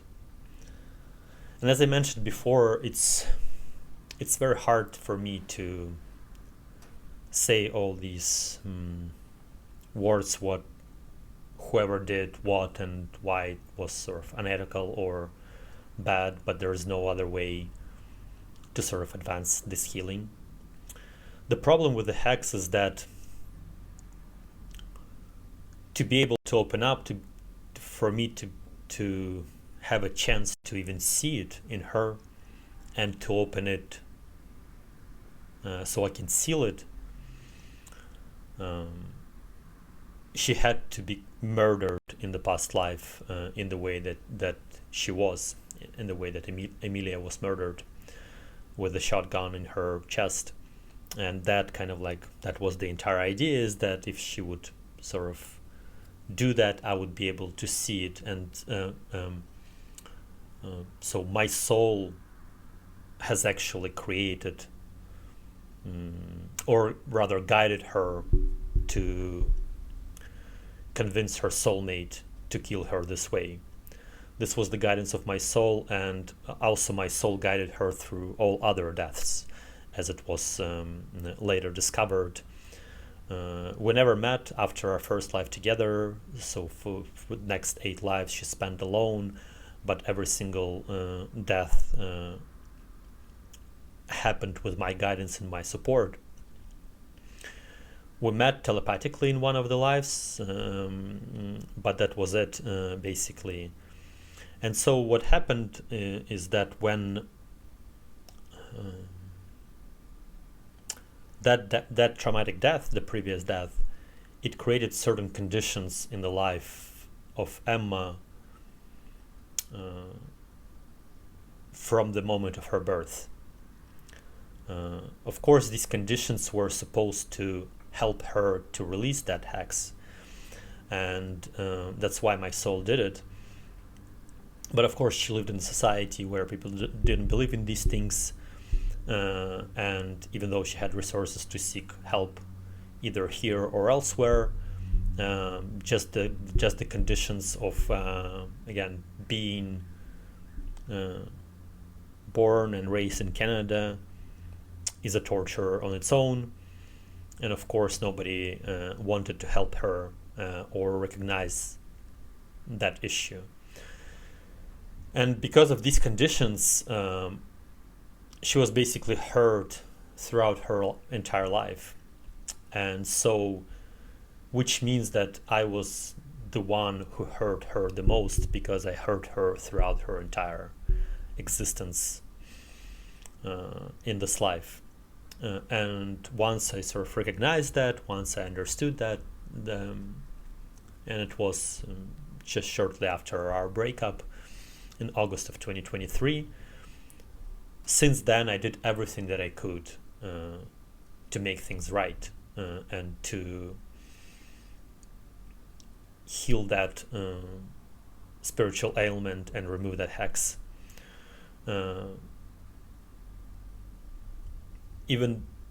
And she equally hurt me the most, but she never made any attempts to make it easier. She only made things worse throughout these last 2 years that we haven't seen each other. She sent many energetic and psychic attacks. She sent many hatred towards me. She even did black magic this year upon me, and things should not be this way, in my opinion. It's evident that this is the purpose of men, to go to war for their beloved, so their women could have happier life. And this is all that I wanted from the beginning, that I accepted Emilia for healing.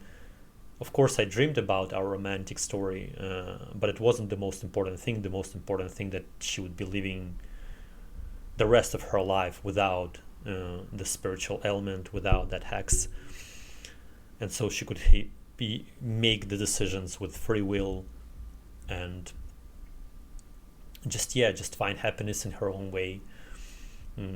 Because I knew that with it would never happen. And that hex, because I through our last hug, I took that hex upon myself.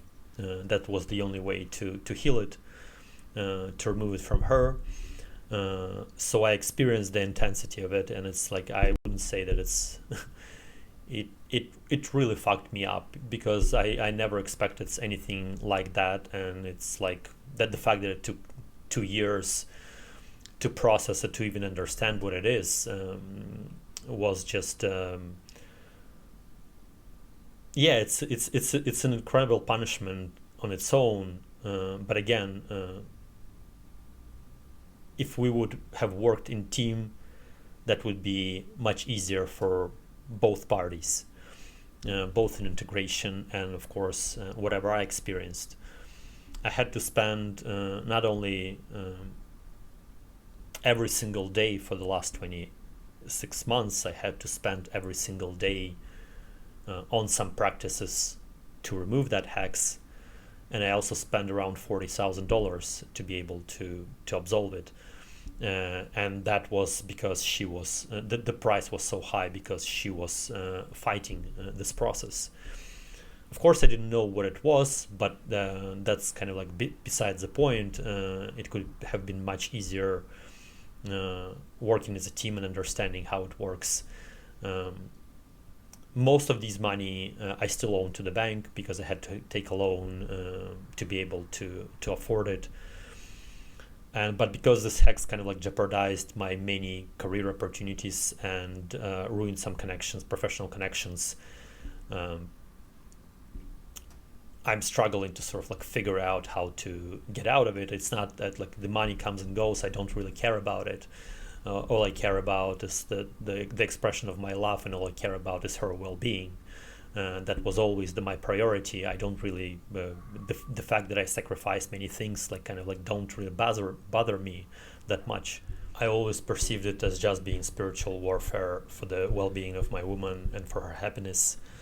And I was convinced that this is the right thing to do, especially knowing that my soul has created the situation. But it was the only way. This death, that suicide, was the only way to be able to open up that hex, right? Like to be open up these gates, and to eventually eliminate all of them around her spiritual heart. I don't like being in this position to say things that weighed heavy between us, but there is no other way to reconcile and to release that, either from my space or from hers. And of course, I would always, to the end of my life, I would dream to have a union with her, and to be able to have any sort of connection with her, even if it would be just a friendship. Just even to see her, that's just more than enough for me, would be more than enough for me. But all that was the dedication to my past, the dedication to my faith, to my guidance. And I can't stress enough how intense that hex was. This woman endured so much throughout her life, and just feeling responsible, I had to do everything that I could to be able to heal that, and to kind of like ask for her forgiveness. And it may sound strange that I'm asking forgiveness by basically saying the things that she did wrong, but this is again another way of absolving the sins or absolving the traumas, is that you have to state them, and love allows you to have a courage to state them, to be able to pass, to be able to remove them from her, and to be able to absolve these energies between us.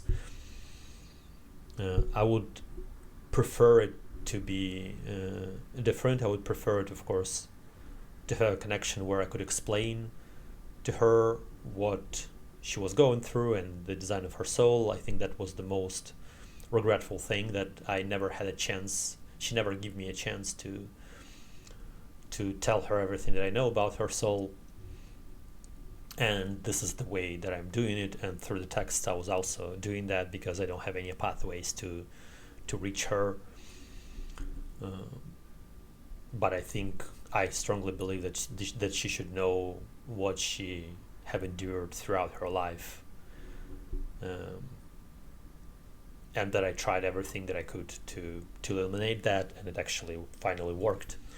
And it was a intense and complicated journey to get to this point, because I didn't know what it is and how it works, and only when I stepped out of it, I could understand how brutal it was, because it worked on so many levels. There was level of that prevented her sexual empowerment. There was a level where she couldn't see the love of her soulmates. There was a level where she would spend or lost money on the things that she didn't need to. And there was, of course, level that was the main level of this hex, is that she couldn't see my love, and that was how it was designed specifically by this wicked witch.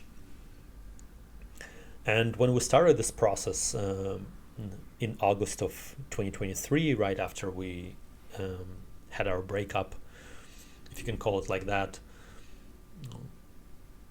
I was always provided with the steps, but it was not always kind of like straightforward, and it was not, of course, easy, because just going through that heartbreak and going through the abuses and just hearing her hatred that she kept sending towards me, that basically I was in very vulnerable state at that time, and that's specifically what I told her about the trust, and that she broke it, that I was in very vulnerable state, and even the small thing kind of like could ruin me. And that was basically what happened, is that I didn't know how to even proceed, because once I took everything from her through that last hug, I took the last piece of her soul, and I took that hex upon me, that just enveloped my reality in complete darkness. Right away, we had a communication with our spirits from Venus planet, and they provided us with specific dates for death journeys, for 8 death journeys that we were supposed to do over the course of August and September of 2023. That was the main goal of the healing. And what also happened is that I believed that I would need to do one journey to open up her gates into each life, and then one journey to actually heal that life. But because of the emotional stress that she experienced over our breakup, and that she actually confirms that she had feelings. Basically, when I agreed to do those journeys, all the doors, all the cages were open. So I just needed to remove them, and then I could actually see that heart, and I could actually access it finally. But that's what we slowly started to do. But what happened is that hex manifested in me, because I was doing these dash journeys, and I was kind of like weak and vulnerable, and I made too many narcissistic abusers in Canada over the course of my life here, who made sure to let me know that my light, my love, and my healing are not needed here. And I perceived her as being another person in that list. That's just how it was for me. And she almost put a last nail into my cross. that was the metaphor that we experienced, and this was how it was supposed to be. That I later found out, but I got into like quite a dark space and that time. During the first 3 journeys that I did for Emilia, I tried to stay in death and like not return. It was not only my entire state of being. I was the main thing was for me that my masculine essence, I think that was the most important part, is that I felt that the love of my life and the woman of my dreams doesn't accept my spiritual perceptions, doesn't accept my practice or my writing.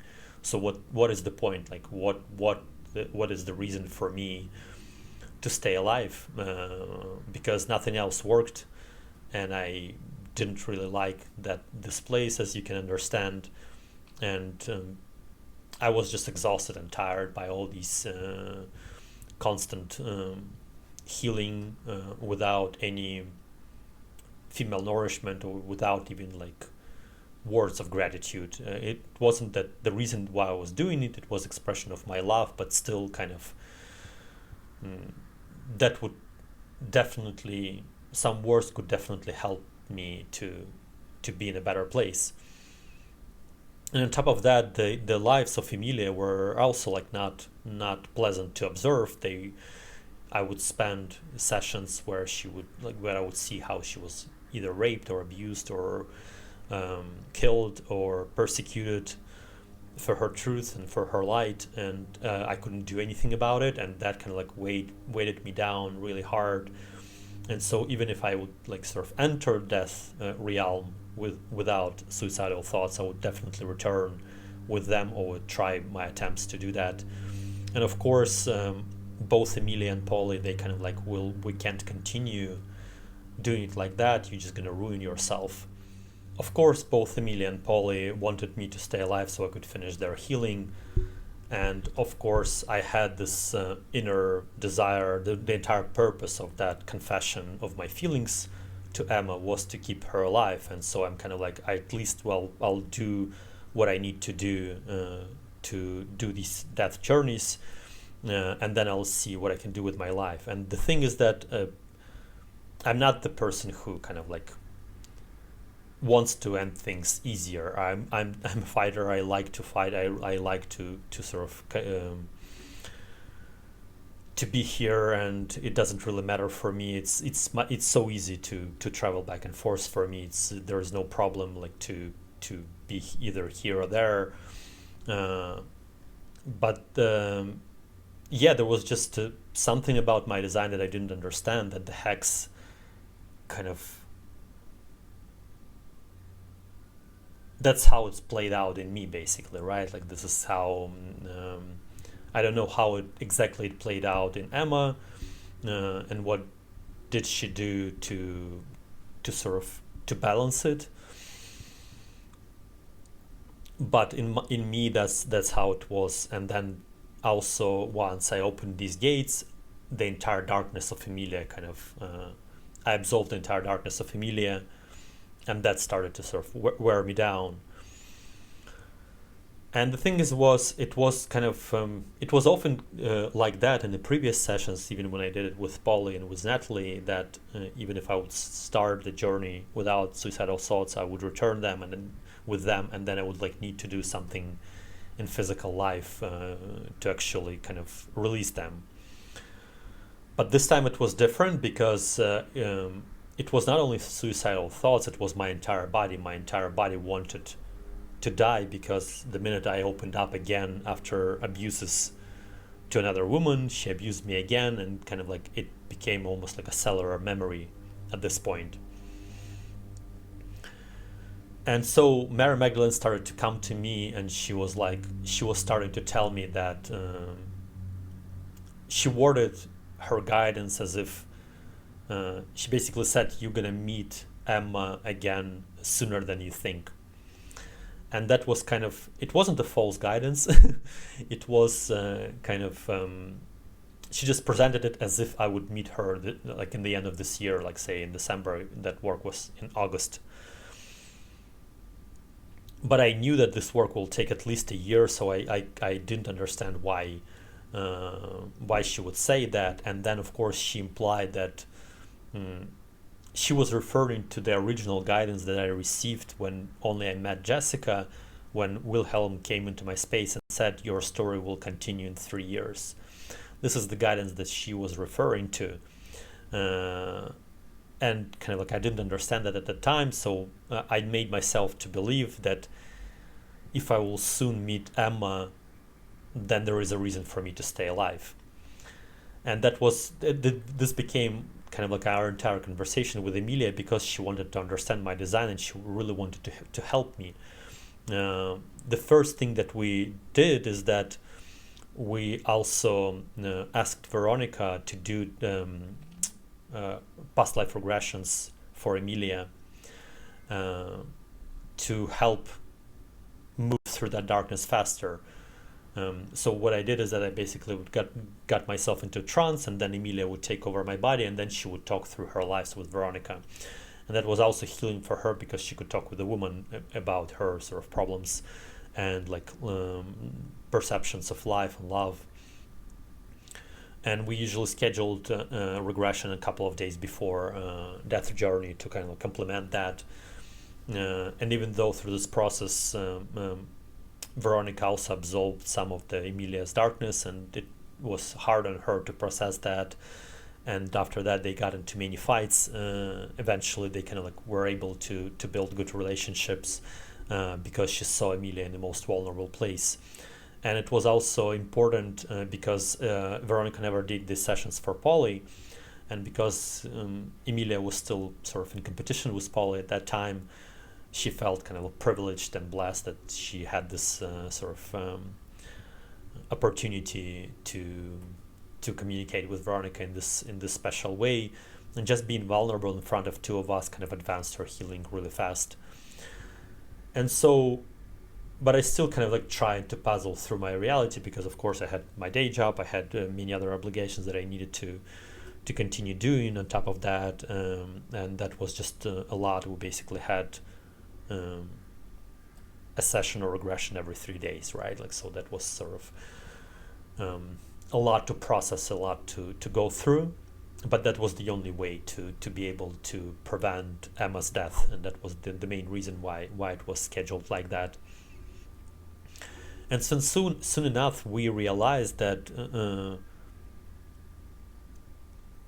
that my suicidal thoughts, they are actually kind of like an energy force. They're not actually designed for the actual escape of this world, because I do enjoy life, and like I do see many promising things and hopeful things in my story. Even if I don't see them in Canada or with Emma, I still see many other things, and the life force is just like sort of flowing from me. So that's just natural thing to stay alive. But the suicidal thoughts, they were like energy source, and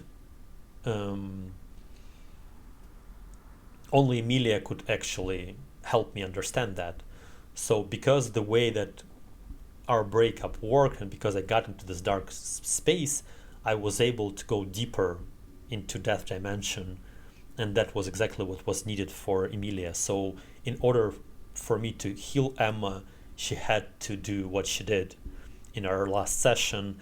And we also got emotional because I was going into the war for her soul, and that kind of like she kind of felt that we both felt that I might not return alive because of the complexity of the traumas that Emilia endured in her previous lives.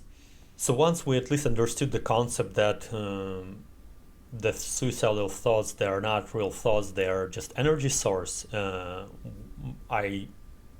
I started to return in a different state of mind. Of course, I was still heartbroken, and I was still processing many things, and kind of like didn't really know what's in front of me, or like what the purpose of living. At least I could understand what it meant and why I was designed this way.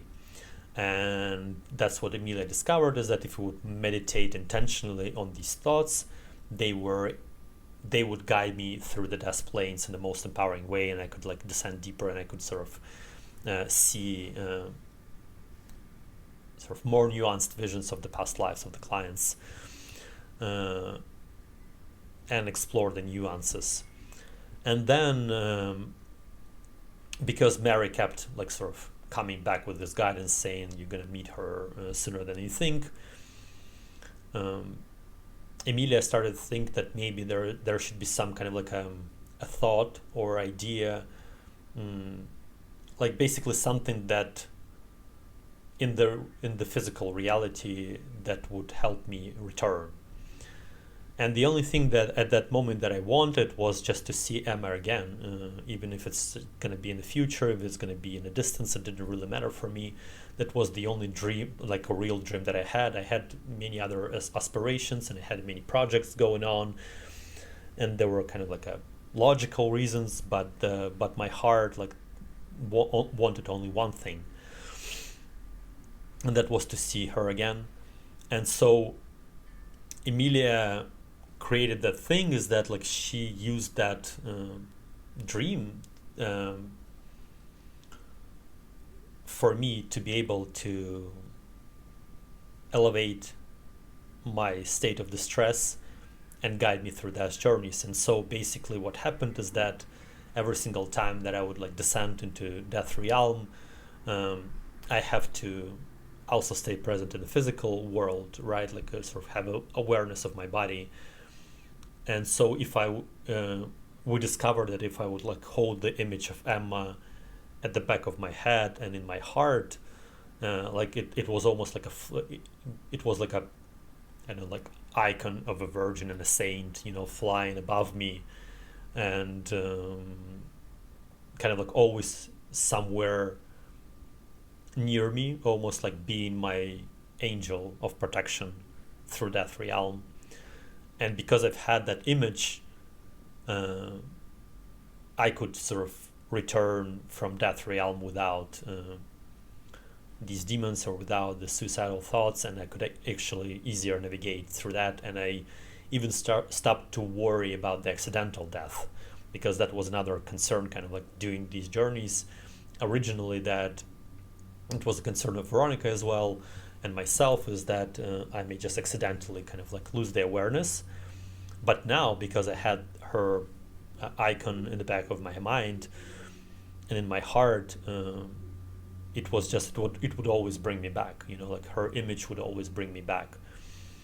And without her, I would never be able to understand my design and understand how deep I can go, and like how I can sort of provide the advanced healings, you know, because at that time I was still early on. Right now I'm doing just usually I'm doing one journey for one life for the clients, but at that time it was like 2-3 journeys per life, just because I still was trying to understand how it all works and master that design. So that's why I had to be in that distressful state so I could master my design and sort of finish my practice. And by the end of the healing journey, the original initial 8 journeys that we did for Emilia, we eventually ended up doing probably, I don't know how many, like probably another 12 or something like that, over the course of these last 2 years, for various reasons, and just to heal small elements, and just to basically to collect the entire puzzle, because this hex created this like a basically destructive reality where some elements just didn't work. But by the time I finished these original 8 journeys, I finally understood my design, and I could finally see that this could be a real practice that I can offer to clients. And so without this woman, I would never be able to do that. And so kind of like this is why I sort of sent that email saying that like I thank you for everything that you did for me, because without her, she was kind of like almost like the last piece, the last element that was missing, right, in this entire story, and only she could figure out what to do, how to sort of master my design. And if she wouldn't like sort of ended the things the way that she did, I wouldn't be able to arrive at that empowerment. So even though I was heartbroken, I started to sort of thank her and kind of like send energies of empowerment and protection towards her. But yeah, we tried as much as we could to understand why my soul guided Emilia to commit suicide in previous lives, why certain deaths happened in the way that they did, why she had this troubled communication and problems with three of her soulmates who resided in British Columbia, who she knew from 8 past lives, like sort of exactly how I knew Polly, Natalie, and Veronica. We kind of like we are similar in that as well. As we tried to understand all of that puzzles through it, many things just didn't make sense, and I was presented with the idea of Hex, but I was still kind of like didn't understand. And then eventually, after we completed these journeys, we went back and kind of like returned to that second life of Kwani, and finally saw the image of this evil witch who placed that hex on three of them, on Emilia and two of her soulmates. And there was like this, she drew a pentagram, she prepared for 2 weeks like fasting and stuff like that. She had like a goat for animal sacrifice. It was a full moon, so all the things that you kind of like see in the movies and you don't believe that it's real, that was actually what happened to Emilia. It was very, very real. And to this day, I'm still processing. I'm still trying to kind of get out of it. Like it's, even if it's closed, the entire feeling of that you were. It's almost like you do every decision that you do is clouded with that hex, and every thought that you have, you kind of like, oh, I'm thinking with a rational mind, but you actually not. And this is just brutal experience, and it's like I would never sort of wish that upon anybody. And of course, once we kind of understood that, we started to ask for the directions of how to seal it, because I never worked with hexes, and I only knew like how to do curses and evil spirits, but the hexes was completely different. The curse is easy, but the hex, because it was so there was so much preparation and there was so much intent put into that. There were these layers and each layer had to be removed separately.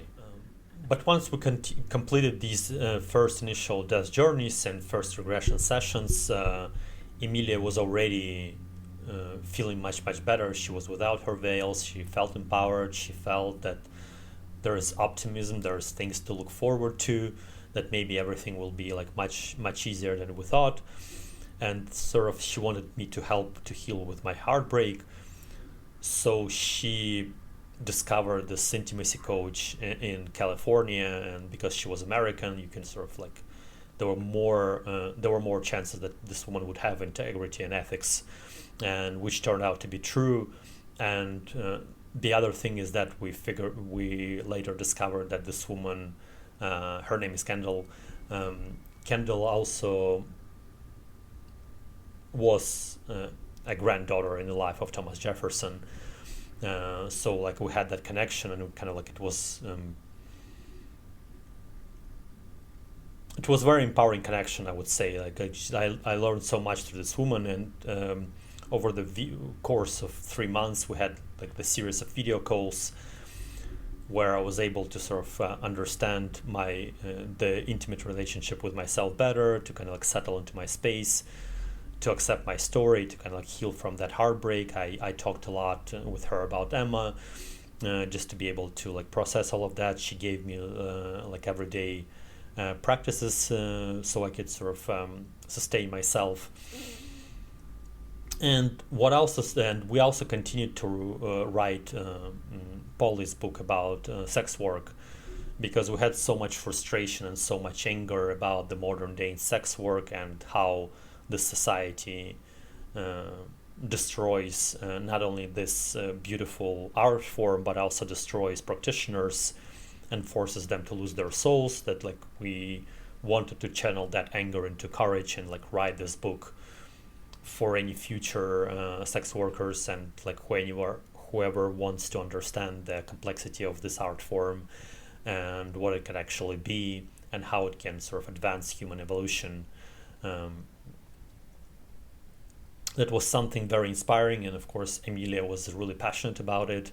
Most of the writings was done by Polly, of course, but we kind of like were always there with her, debating that and kind of like just helping her and editing that. We still don't know how to publish that book, but that's just another story. At least we were able to complete that by the end of the year. But the other thing that started to happen is that around the end of August, it became evident that Emilia, as the Queen of Sexual Healing Arts of British Columbia, could hear the prayers of different sex workers, and so she started to bring their souls into my space. And I'm kind of like, and most of them, of course, like just needed spiritual guidance. They just wanted to understand their design. They had like different questions, or just have conversations, or just sort of even to it was even empowering for them to understand that there is somebody who hears them and who can answer their prayers and who can actually see them in their soul essence. And so, but it was because Emilia was in charge of vetoing any soul that was kind of could come into my space, and she could also sort of connect to all of them. She would bring only the ones who like sort of in distress or something like that. And then she started to basically say that, like, I understand that you have this fear of sex, and I understand that you were heartbroken by the reality with Emma, but you do need this as well for your healing, in terms of like just to feel alive and to feel present and to feel kind of like empowered, just to receive the joy of pleasure. That was sort of another element of kind of like how to escape of my suicidal thoughts and kind of like just darkness that I experienced in death journeys. And it seemed like a sound idea, but I was like still didn't know how I would do that. And especially once you start to sort of bring these souls, they were not only the souls of sexual priestesses, they were also souls of sacred prostitutes. And so I was like cautious how I would be able to surrender to an hour session. But soon enough, the Mary Magdalene and my guides came into my space, and they also said, like, right now you kind of like completed the first three of your main initiations, but you need to have what they called brothel initiations, and it's basically to understand the world of strip clubs, to understand the world of massage parlors, of brothels, of any kind of like other places where specifically sacred prostitutes work. And I had to understand their design. And so that's how it became another sort of element of our healing, is that Emilia would bring a soul into my space. I would ask them if they need any guidance. If a soul would say, I need you physically present, then I would like try to understand what was the reason for that, how I can benefit from that, how I can sort of elevate my fears, and how I can also sort of what would be the empowerment for me in this connection. And if I saw that there was something there spiritually and important, I would go to meet this woman. And the process was, because they were sacred prostitutes, they would work either in brothels or massage parlors or strip clubs. They would show me on a map of Vancouver in a dream space where they are, and then they would tell me the time when to go, and I would go that at the time, and then I will meet them. And of course, when I started this, it was kind of like just, I was completely freaking out, because I didn't know if I would be able to meet that woman that I was seeing in my dreams. And especially, like, say, in the first time when I did that, and it was specifically related to the spirits that this initiation has to start in the first brothel of Vancouver, and they specifically showed me that place, and the soul from that place came into my space, and she invited me. So like when I came at the time that she said that I should come, she was the only one, so that was kind of easy. and I was like thankful that I didn't need to think about it. But then it kind of like, of course, it wasn't like that. And sort of one of the breakthroughs was that when I sort of met Soul of Olivia, who like became one of my main guides through the world of sacred prostitutes, and we did a lot of spiritual work with her, and they became very good friends with Emilia, of course. She invited me to this like a brothel in like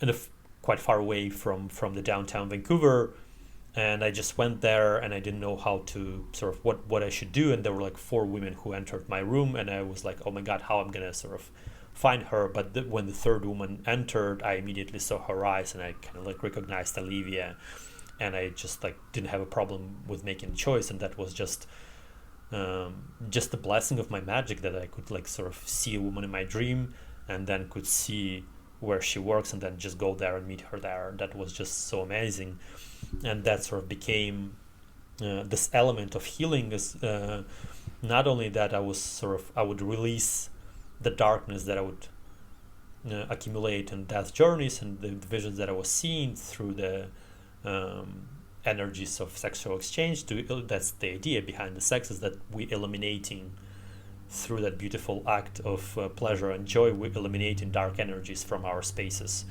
like frustrations or like negative vibrations and anything of that sort. And it was also important to understand that sacred prostitutes, as well as sexual priestesses, they have kind of a void in their womb, specially designed by nature to eliminate any dark energies. But soon enough, we were presented with additional guidance from Isis, who basically explained to us that there are other women that I'm supposed to meet, and these souls would help us on the path, and that I know another 4 souls who reside in British Columbia and who also sex workers, who I knew in past lives. They were like not my soulmates, but they were basically my soul friends. One woman was my best friend in 3 lives.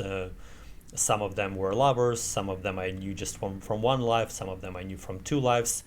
But basically, we realized that altogether there were 12 soulmates or soul friends, part of my soul family in Vancouver, and all of them are part of our story, and I was destined to meet all of them.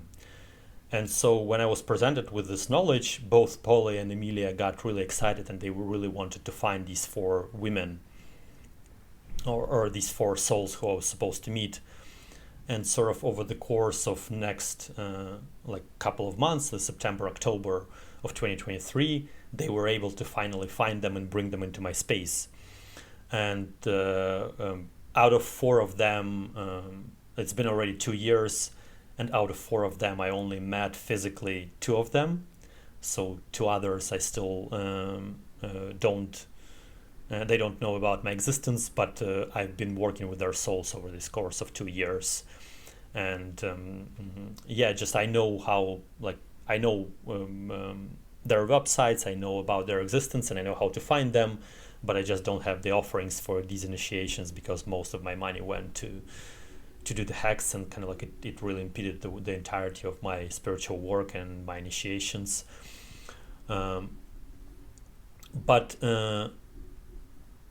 And so once these souls came into my space, they kind of like became, I don't know, they created this female circle of empowerment. They had like this sort of Natalie, Polly, Emilia, and 4 other souls. They had this like a sort of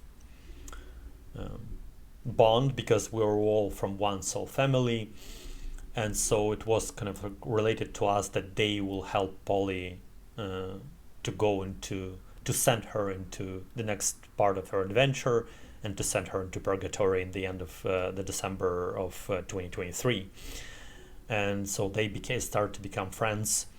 And specifically, I didn't know like who I was supposed to meet out of them.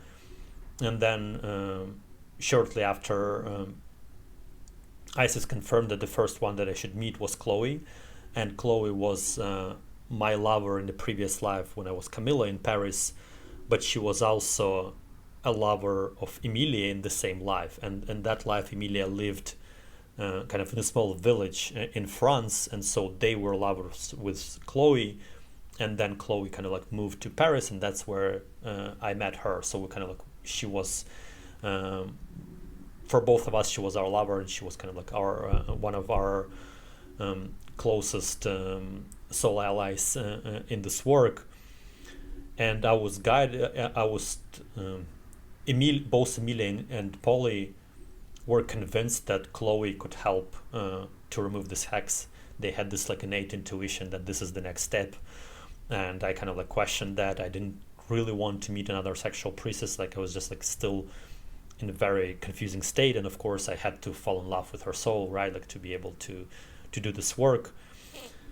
And so I spent some time to surrendering to that, you know, like just to getting to know Chloe. When she came into my space, I read her design. She had very unique design. She was a nymph of earth who was on her path of becoming the goddess Sophia, Gaia Sophia. And so that was innate in her, but she has sort of energies of both, so she can transition from both states, from the goddess to the nymph and back. She was not like the way that, say, my other three soulmates that were originally designed as goddesses, right? So that was kind of like uniqueness of her design, and I started to understand what it means. So like if she was the goddess Sophia, it meant that I would receive a spiritual seal of Sophia through her, and I was starting to research who would be the consort of Sophia, and that turned to be the King Solomon. And so I started to work with that deity before going into the session with Chloe. I eventually booked like a 4-hour date. We went to a restaurant, and then we sort of went into her in-call. I tried to tell her as much as possible about my journey, and I told her at the end of the session that like, this is your design. You're an nymph of earth on the path of becoming the goddess Gaia Sophia, and through the work that we are doing together, you would initiate me into King Solomon energy, and I will initiate you into Goddess Sophia energy. That was the reason for our meeting, and that actually happened almost right away. I started to work with King Solomon shortly after, and King Solomon is very interesting kind of like deity because he can it's not like Osiris or Yeshua, for example, or even like other archetypes, because he's kind of like a sort of shape-shifting magician, if it makes sense. He would bring to the surface the talents that the specific magician needs to receive, and mostly Solomon works with demons of lightness and darkness. He can eliminate them, but I already knew how to do that work, and so for me he manifested as this like a clandestine and like secretive kind of reserved man who like didn't really like sex and intimacy, but who really liked to write, and he was kind of became this master of hexes, basically. That's how he manifested in my presence. And so once I started to work with him, it just clicked with me that I know how to once I accepted that seal, I understood how to work with Emilia's hex.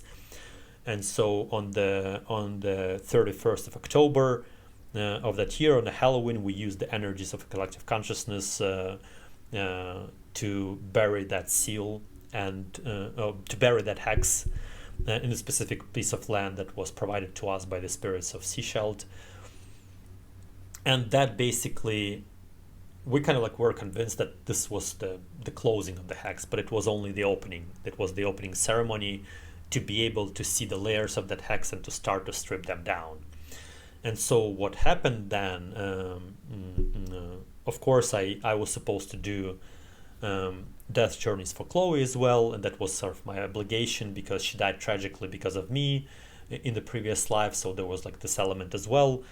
And I was only able to do 4 death journeys for her, this woman as well, kind of like it ended in the in not a nice way as well, in quite disrespectful way. She just also didn't want to accept my healing.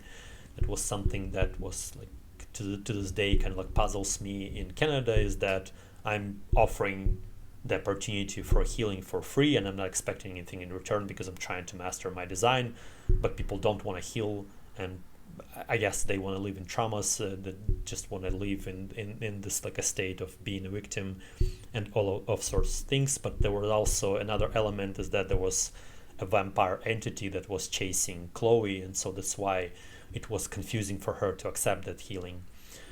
But just in general, like that became kind of like a point for frustration for me, is that yes, I finally was able to step into my power and to start telling sex workers that their souls invited me for the session, and I would try to tell as much knowledge that I could about their souls and about whatever I was seeing about them. That was a great element of empowerment, and it was something that like, King Solomon brought into me. But the hex almost like started to manifest in me in many different ways, and mainly like my only issue, my two main issues were always kind of finances and my relationship with cannabis, and these kind of like things started to sort of be destructive and abusive. That's how hex manifested. And then what happened is that we realized that that's why Emilia could bring the souls of sacred prostitutes into my space, because only them could, compared to sexual priestesses, they were different in their design. Only sacred prostitutes had the capacity and the void in their wombs to help me eliminate this hex. So we would basically start to fracture that hex into small elements, and we would mostly do that with the goddesses of death or different like deities, like women who had souls corresponding with the death realm, or like goddesses of death realm, and we would ask their souls if they agreed to that work, because of course that element I wasn't able to relate to women. But that was sort of my payment, is that I would not only present them financial offerings, I would also provide them spiritual guidance and will tell them about the archetype of their soul, so they would feel more empowered on their path. That was sort of my payment for their help to be able to eliminate that hex. And so this became the next part of my journey. I started to invite souls into my space without being afraid. And as I said, most souls received spiritual guidance just on a soul level. All they wanted is that to either for me answer to their prayers, or answer their questions, or just have conversations with them. Some of them just liked observing us together with Emilia, how we were, like kind of like spend time in our place, exchange energies. All of them, of course, showed me either their pages on the websites or showed me where I could find them. But most of them didn't ask for physical presence. They would receive the guidance just like that. But those who did ask for physical presence, we would, with their help, we would start to fracture the hex and eliminate that. And if you think about it, it's actually like incredibly beautiful. This entire story is that, like, yes, I had to understand the world of sacred prostitutes, and that's why I was guided on this path to understand like different variations of that work and different offerings that are presented in Vancouver. But it was really cool to realize that Emilia, being the queen of sexual healing arts and queen of sex workers, could only be healed with the help of sex workers. Sort of all of these souls who assisted us, who helped us, and it was probably, I don't know, a couple of dozen over the course of 2 years, who would agree to fracture that hex and eliminate that. All of them were eager to help their queen to reach her empowerment.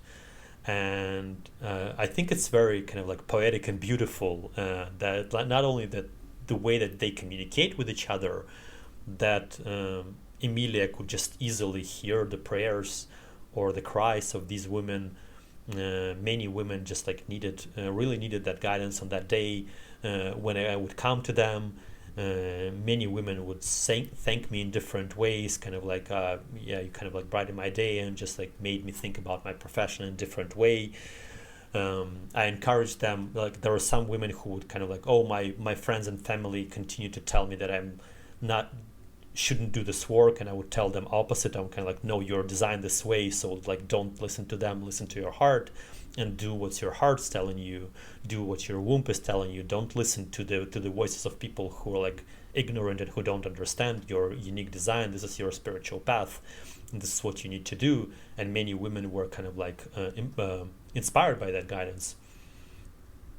But I think it was really like kind of powerful and beautiful that the only way to heal Emilia was with the help of other souls of sex workers. And that's just like I don't know, like I just really like this story in its essence. And the other work that we ended up discovering that we should do, and that was another offering that what we decided to gift to these women who helped us, and it was actually Olivia who kind of like guided us on that path. But eventually we discovered that three of us, me, Olivia, and Emilia, we could also provide the spiritual protection of their temple spaces, right? So whether it would be in in a residential building, or whether that would be like a business sort of thing, like a massage parlor or strip club, there would be always like a land nearby, and strangely it was often a baseball field. I don't know why, but it's just, or softball field. I don't know why it was like that, but the energies, I guess, just the way that they are. And so what we would do is that when we would find a place that needed protection, like new in-call or a new place where women did this work, we would ask a soul who invited us into the space whether they think this place needs protection, and if they would say yes, like we would go to the spirits who protect them and like have a drumming ceremony to sort of like give extra protection and to establish connection with that place, and kind of like and what the protection is basically doing is that if say an abusive or malevolent client would come into that space, he would not be able to do anything just because of the energies of the place, empowered by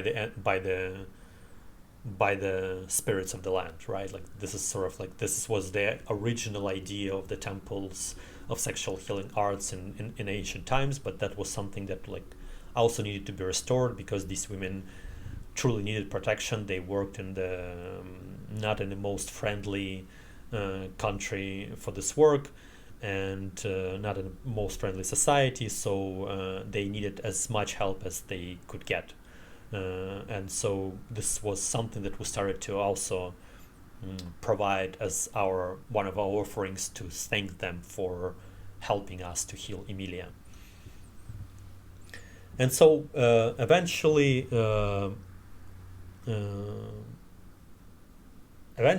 like everything that we did was designed for that cause, like, right, to heal Emilia, to heal us, to heal that hex, to remove it. We cleared all the past lives. We figured out the complicated story of Kwani, of Aurelia, and of Emily in past lives. We did many sessions into these three lives. They were the most complicated ones. We eventually discovered that Emilia also lived during the time when Thomas Jefferson lived, and even though they didn't meet, Emilia was a magician at that time. She was like this clairvoyant woman who did magic for the secret society, and she telepathically connected to Thomas and told him to move the capital from Philadelphia to Washington for the spiritual reasons, because they perceived the spiritual attack coming from Britain on Philadelphia, and that eventually manifested in the yellow fever epidemic that happened in Philadelphia. that was designed to kill as many American patriots and basically politicians. So that was the sort of the war that Britain continued to wage even after the Revolutionary War ended. And so she came to Thomas in the dream space, and she insisted that he has to move the capital for the spiritual reasons, and that's what happened, and that's how sort of the capital of Washington have emerged into existence with the help of Emilia. And we eventually started to write, of course, the book about Thomas and Polly Jeffersons. That was another second book of our contract with Seashell Spirits, and we completed this book in the July of this year. It still needs to sort of refinement, so we're planning to we hope to edit it to be able to publish in the next year, because the next year is 250th years anniversary of Declaration of Independence, and that would be sort of like a very interesting way to present this story, to empower these legends and to share the knowledge that we gathered through our research in this book. And so eventually we had to do this play that I already mentioned, and the points of communication with Emma that we did was also part of that healing. Is that because originally I agreed for 18 months of healing of Emilia, and those 18 months expired in November of 2024, and I thought that it was time for her to go, and so that's why I wrote that email to Emma to kind of like again break her through her heart walls to be able for Emilia to return. But even though Emilia was able to kind of like return for some days, and she was like almost like a few days there, a few days here, she couldn't fully get grounded there. And what happened is that we still needed to complete another element of our healing. And I have to share that at that time I was completely exhausted with living with Emilia, because it was too intense. And there were so many obligations. We spent so much money on her healing. There were so many mental, emotional, and different distresses that I endured through this journey. And I was kind of like, you have to go already. Like, I can't just like continue support you. I agreed to these 18 months, but that's like just, I can't sort of, I'm feeling too drained and exhausted. But apparently there was another element that needs to be healed, and that was from this life. And so basically that was the reason for that point of contact, even though I didn't understand that at that time. And now I kind of like have a better understanding why Emma didn't respond. And that's just how it's supposed to be. But basically what we realized is that because Emma lived for her entire life, for like 40 years with that hex, she did hurt and abuse many people in life without her realizing that. And again, I'm just like, I would never wish that fate on anybody, and I only have a lot of love and compassion, forgiveness for Emma, and I know that she knows that I only have love and compassion and forgiveness for her. And if she's not responding to me, it means that like she's just not ready to receive these powerful energies, but they will be always emitting from me.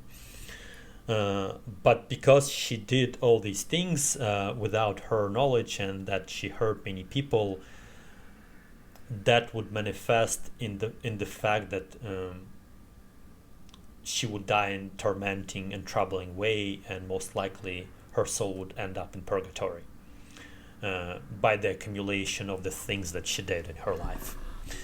And again, it was not specifically, we're not specifically talking about her character or the person that she is. We're talking about the things that she did under the influence of this hex.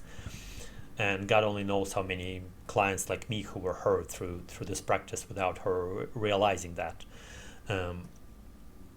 But that was the reason, is that when Emilia returned for a few days, she was able to bring all these energies back, and she was going back and forth, and she would spend like a week here, a week there over the course of January and February as well, kind kind of like here and there, some energies, but they all had to be absolved, because the only thing that I wanted, the other thing that I wanted for Emma is to have peaceful death.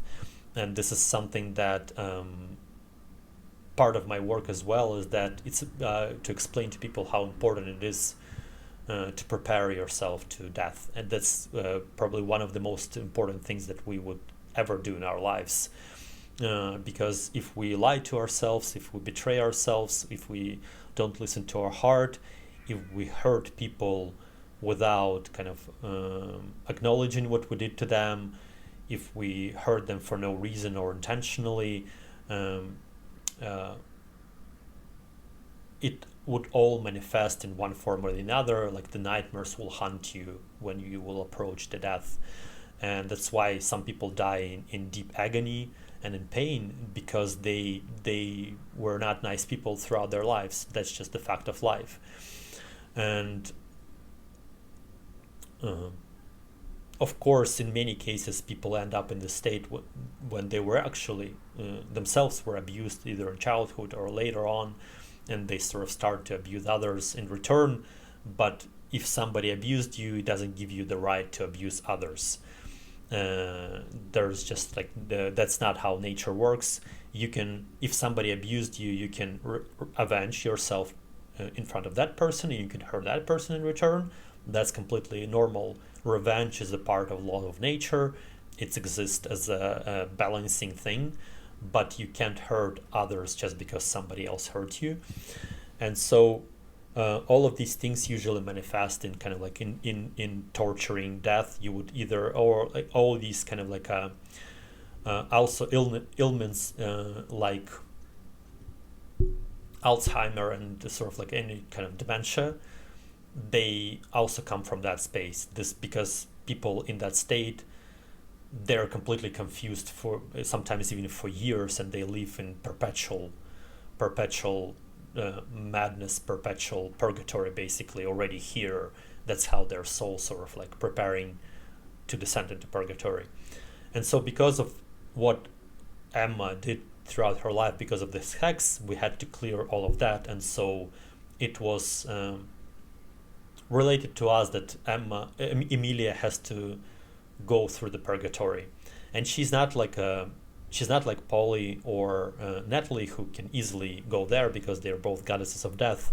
Emilia would have never been able to go through that on her own, and that's why it was important for us to heal, and not only to prepare Emma for death, but also like to prepare Emilia for this transition, because she would never be able to sustain being alone in purgatory. And so I sent her into purgatory in January of this year, and we were able to retrieve her back in August, and this was the time of cleansing, and she could only sustain that time only with my help, and I was guiding her along the way. Sometimes Polly would come to help us because she was also in that space, but Polly finished her journey through purgatory around in April of this year, and then she returned back to Jessica. But Emilia stayed up until August to clear everything that she needed to clear. And while she was there, I was like sort of continuing writing the book about Thomas and kind of finishing everything that we supposed to finish. And she helped me occasionally, kind of talking to me on the distance. And then once she sort of returned, it was presented to us that like our empowerment would be highest empowerment, and graduation exam would be creating this podcast. Both the book about Thomas and this podcast is almost like a PhD on my journey, and that was the last element that we needed to complete before Emilia could return to her body. And hopefully with this last podcast we would be able to send her there. And how it was told to me that would happen around the middle of October. I'm not sure how it would sort of manifest, and whether Emma would go through certain tribulations, but at least kind of the healing journey was complete, and I'm sort of glad that we were able to support each other through that and just survive it, you know, and just get to this point. And it was like an incredibly important learning experience. I was able to master my practice through this work, and I was able to start offering to clients. I started to do that this year, and Emilia was also excited to sort of help any clients that she could help. And Polly was also sometimes, occasionally, would come in the death realm to help us. But I finally saw the reason why I was guided to go on this shamanic education, and the result of it was the establishment of this practice, and to be able to provide the healing for people, and even having these conversations as well with the audience and explaining to them the destinies of souls, the archetypes of different deities, and just the energies of death and the reason for that transformation is also one of the things that I consider part of my practice, because the knowledge empowers us and helps us to eliminate grief and kind of like just accept our destiny and accept our unique stories, and just know that many things that we experience in our lives were actually chosen by our souls, and this is how we are designed, and this is how the laws of nature work. This was the episode 15 of our podcast, and we will have another episode to record our declaration of liberation, and that would be the completion of the story of my shamanic awakening. So I hope to see you there, and have a good day. Bye.